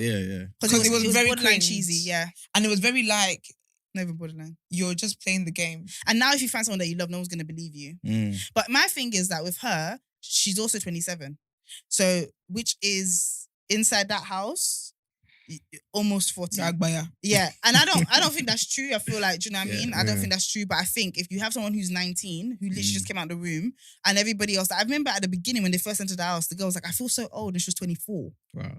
So now 27-year-olds come in, and the only person that's your age mate is Davija. Yeah. So with all of that, I'm sticking to this child. So with all of that being said, I just feel like, I don't know, because the other person that was like slightly older than everybody else was Rachel in the last season. Yeah. And within seconds, the emotional stress of life. We need to get Rachel on here. Yeah. Rachel will come on here, because Rachel went on a couple podcasts and she has been honest. Love that. Her contract was up.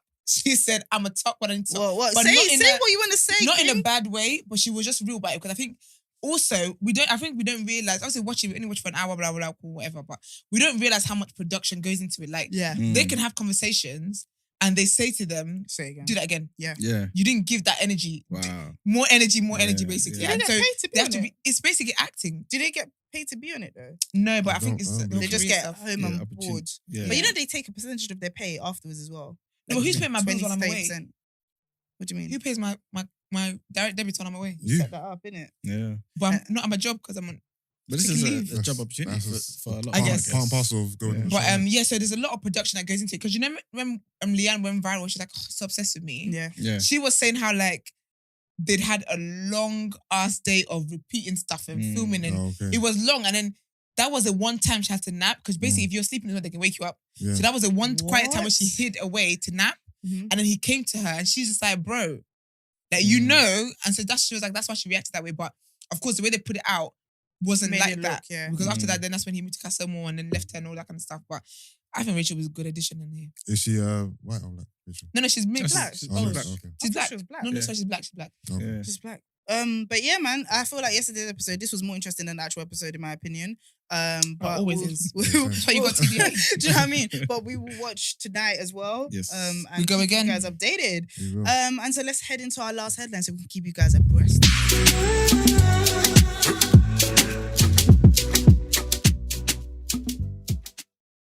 Okay. So yesterday, we reported on the transgender cyclist Emily Bridges. Mhm. Today, she's come out and she's basically said that she was subjected to a wave of violent threats after Boris Johnson remarked that biological males shouldn't compete in women's sports. So the 21-year-old Welsh athlete made headlines in March when she was barred from competing against Olympic hero Dame Laura Kenny in the British National Omnium Championships at the 11th hour by world governing body UCI. The controversy sparked an explosive debate outside the world of sport and prompted Mr. Boris Johnson to wade into the trans row by declaring that biological males should not be allowed to compete in women's sporting events. The Tory leader also said that parents should have involvement at the very least in decisions made by children to alter their gender. Emily Bridges, however, came out and said, "It's really strange to see probably the most famous man in Britain talking about you and having an opinion on something he doesn't know anything about." The response after that was as expected. "I had threats of physical violence made against me and by complete strangers online, and I'm scared a lot of the time about being who I am in public. People are always going to have an opinion about it. They're entitled to hold an opinion about it, but there are ways to go about voicing that opinion, and threatening to kneecap me is not that way." That's crazy. So yeah, How scary. she's come out and spoken about her experiences. It's sad, man. It's sad. It is. It is. Are we diving into this, or is it just Not much to dive in, is Yeah, it? there's not It's much a to it, shallow yeah. end. okay? Yeah. I guess to be fair to her, the race that she won the other day, I think is kind of a step in the right direction, because obviously that was I think it was called the Lightning event, where it allowed cis women and also trans women to compete. So at least there's something for her, and Yeah. people like her, you know what I'm saying? But I guess her just speaking out and just kind of highlighting how sometimes our Prime Minister can be a bit irresponsible with these comments, can be a bit dangerous too, man. You know what I mean? That guy's actually a full-time egg. Just a question for you two: are you two for or against trans women competing in women's sports? I think we spoke Um, about this yesterday. As long as there's clarity on everyone involved, Yeah. like I can't be a biological woman in women's sports and Yeah. not know that the person I'm competing against Yeah. isn't somebody who's that. Yeah. There should be choice, Mhm. 100%. All this kneecapping shit is stupid. Yeah. Yeah, of course. That shit is horrible. And what happens is that a lot of, I know this was your question, but a lot of evil people hide behind, Mm-hmm. because like, do you know what I mean? They just wait for a door to be open, a Yeah. window to be And open, they and hide then behind that violence window. and evil pours out. Mm. And I don't think there's really a way to police those kind of people. So I just wanted to Yeah. say that we're disgusted by that. But yeah, continue. What's your thoughts on trans women integrating in other realms of, for example, should trans women use women's changing facilities and stuff like that? You know what I mean? Or should that be segregated, or how do you reckon they should navigate that? So what I see here is there's an office space that I work in, and what they have is the toilet doesn't have like just a woman on it. It has like the whole thing. So you know that in that toilet, anyone who identifies as female can go into that toilet. Yeah. But then and it just has that. I think a lot of spaces have one or the other. And I think the way that trans women should have the freedom to make their choice, I do think that biological women should also have the freedom to make that choice. And Yeah. when you kind of assume one thing, because where some people are proactive, they are totally in support. A lot of women aren't, because especially if you're like, let's say, religious, and your belief is that men shouldn't see you in certain places, and you still, I see trans women as men, like that, do you know what I mean? Like the grace period needs to allow for everybody to have choice. And Yeah, of sometimes I course. think allowing for, when you do it a certain way, allowing for trans women's rights can sometimes impede on Women's on rights. on women's rights. And I think that's not the best way to proceed. Do you know what I Mhm. mean? If a woman wants to support you, it should let her do it by choice, not by force. Do you know what I Yes. mean? Yeah. So that's what I would say. Okay, I respect that. Yeah. Yeah, so I agree as well. Yeah. But yeah. Yeah, Yeah, that was all my questions. All right then, guys, let's head into Done Out Here. Of course. I saw that and I just think, Of course. So that we can have 4-hour No, be conversation. honest, I saw that. I saw the Donai on the dock and I said rest. I said, oh yeah. Rest. I'm going to be Emman. super calm. Literally, This is, we should call this episode the Emman episode. I really feel like you, I've not even spoken today. Yeah, the whole first half an hour was about you. sorry, Done Out Here. Not go about ahead. me, but my views. Yeah. But anyway, yeah. And you are not Literally, your views. all this done out here is about pretty much. Anyway, it's going to Amber Heard again, and the reason why is because she's lost the case. Yeah. We know why she lost the case. Like I said yesterday, she's a goddamn liar. But she's put out statements because she was pretty much hating on Johnny Depp. Johnny Depp the other day posted a video compilation. Yeah, it's got 5 million followers looking at it. He's excited, showing him outside of the courthouse, excited, and pretty much he said that basically we all moved forward together. That was his caption, right? Cool. She didn't need to say anything. She comes along and says, as Johnny Depp says, he's moving forward, women's rights are moving backwards. The verdict's message to victims of domestic violence is, be afraid to stand up and speak out, which I think is just complete cheek. I get where Complete cheek. she's- I get where she's coming from there. No, you can't because you're a liar. You've lied. Nothing you said was real. If it was somebody who actually went through the stuff and came out and said it, I would fully agree. Yeah, but as I someone who would fully believes her agree. lie, yeah, it looks as if he's antagonizing her. No. He's living his life as a free man and someone who didn't do anything. That's what he's doing. Okay. But you've come out and basically said, oh, you know what? Women's rights. No, women's rights may be going backwards, but it's because of you, because you're a liar and you're representing women's So rights. you're driving, you're reversing. That's what you're doing. You're in the You know car what I'm reversing. saying? And I think it's disgusting. You know what I'm saying? So basically, she's done at it again. I brought her back yesterday just to done at her that's the again. first in history. you know when your mum drags you back for the beat From Yes, the collar of your, exactly. the That's scuff of what your it neck. from was. the lapel of yours. He said, "You 100%. come back here." All right, No, we can because fill the real bin. people Okay. like again, sorry, No, about go ahead. real people who actually went through certain things, right? Mm. Again, in our Wellness Wednesday, we're talking about Audre Lorde, right? Who went through real struggles, right? Actually campaigned for women's rights, Yeah. for feminism, for real things, right?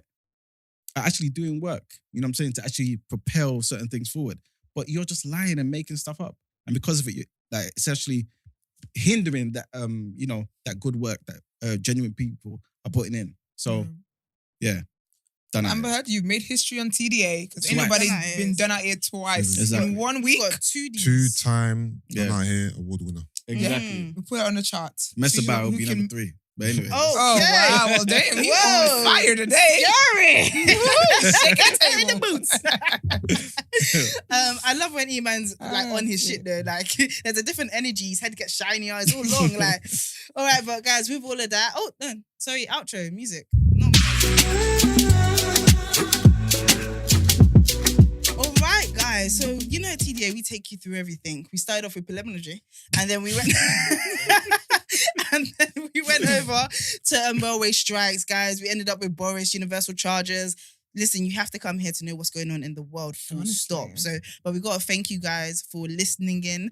We see all your support. Please continue. As you can see, if your comment is making sense, it will be read here with your full name. Period.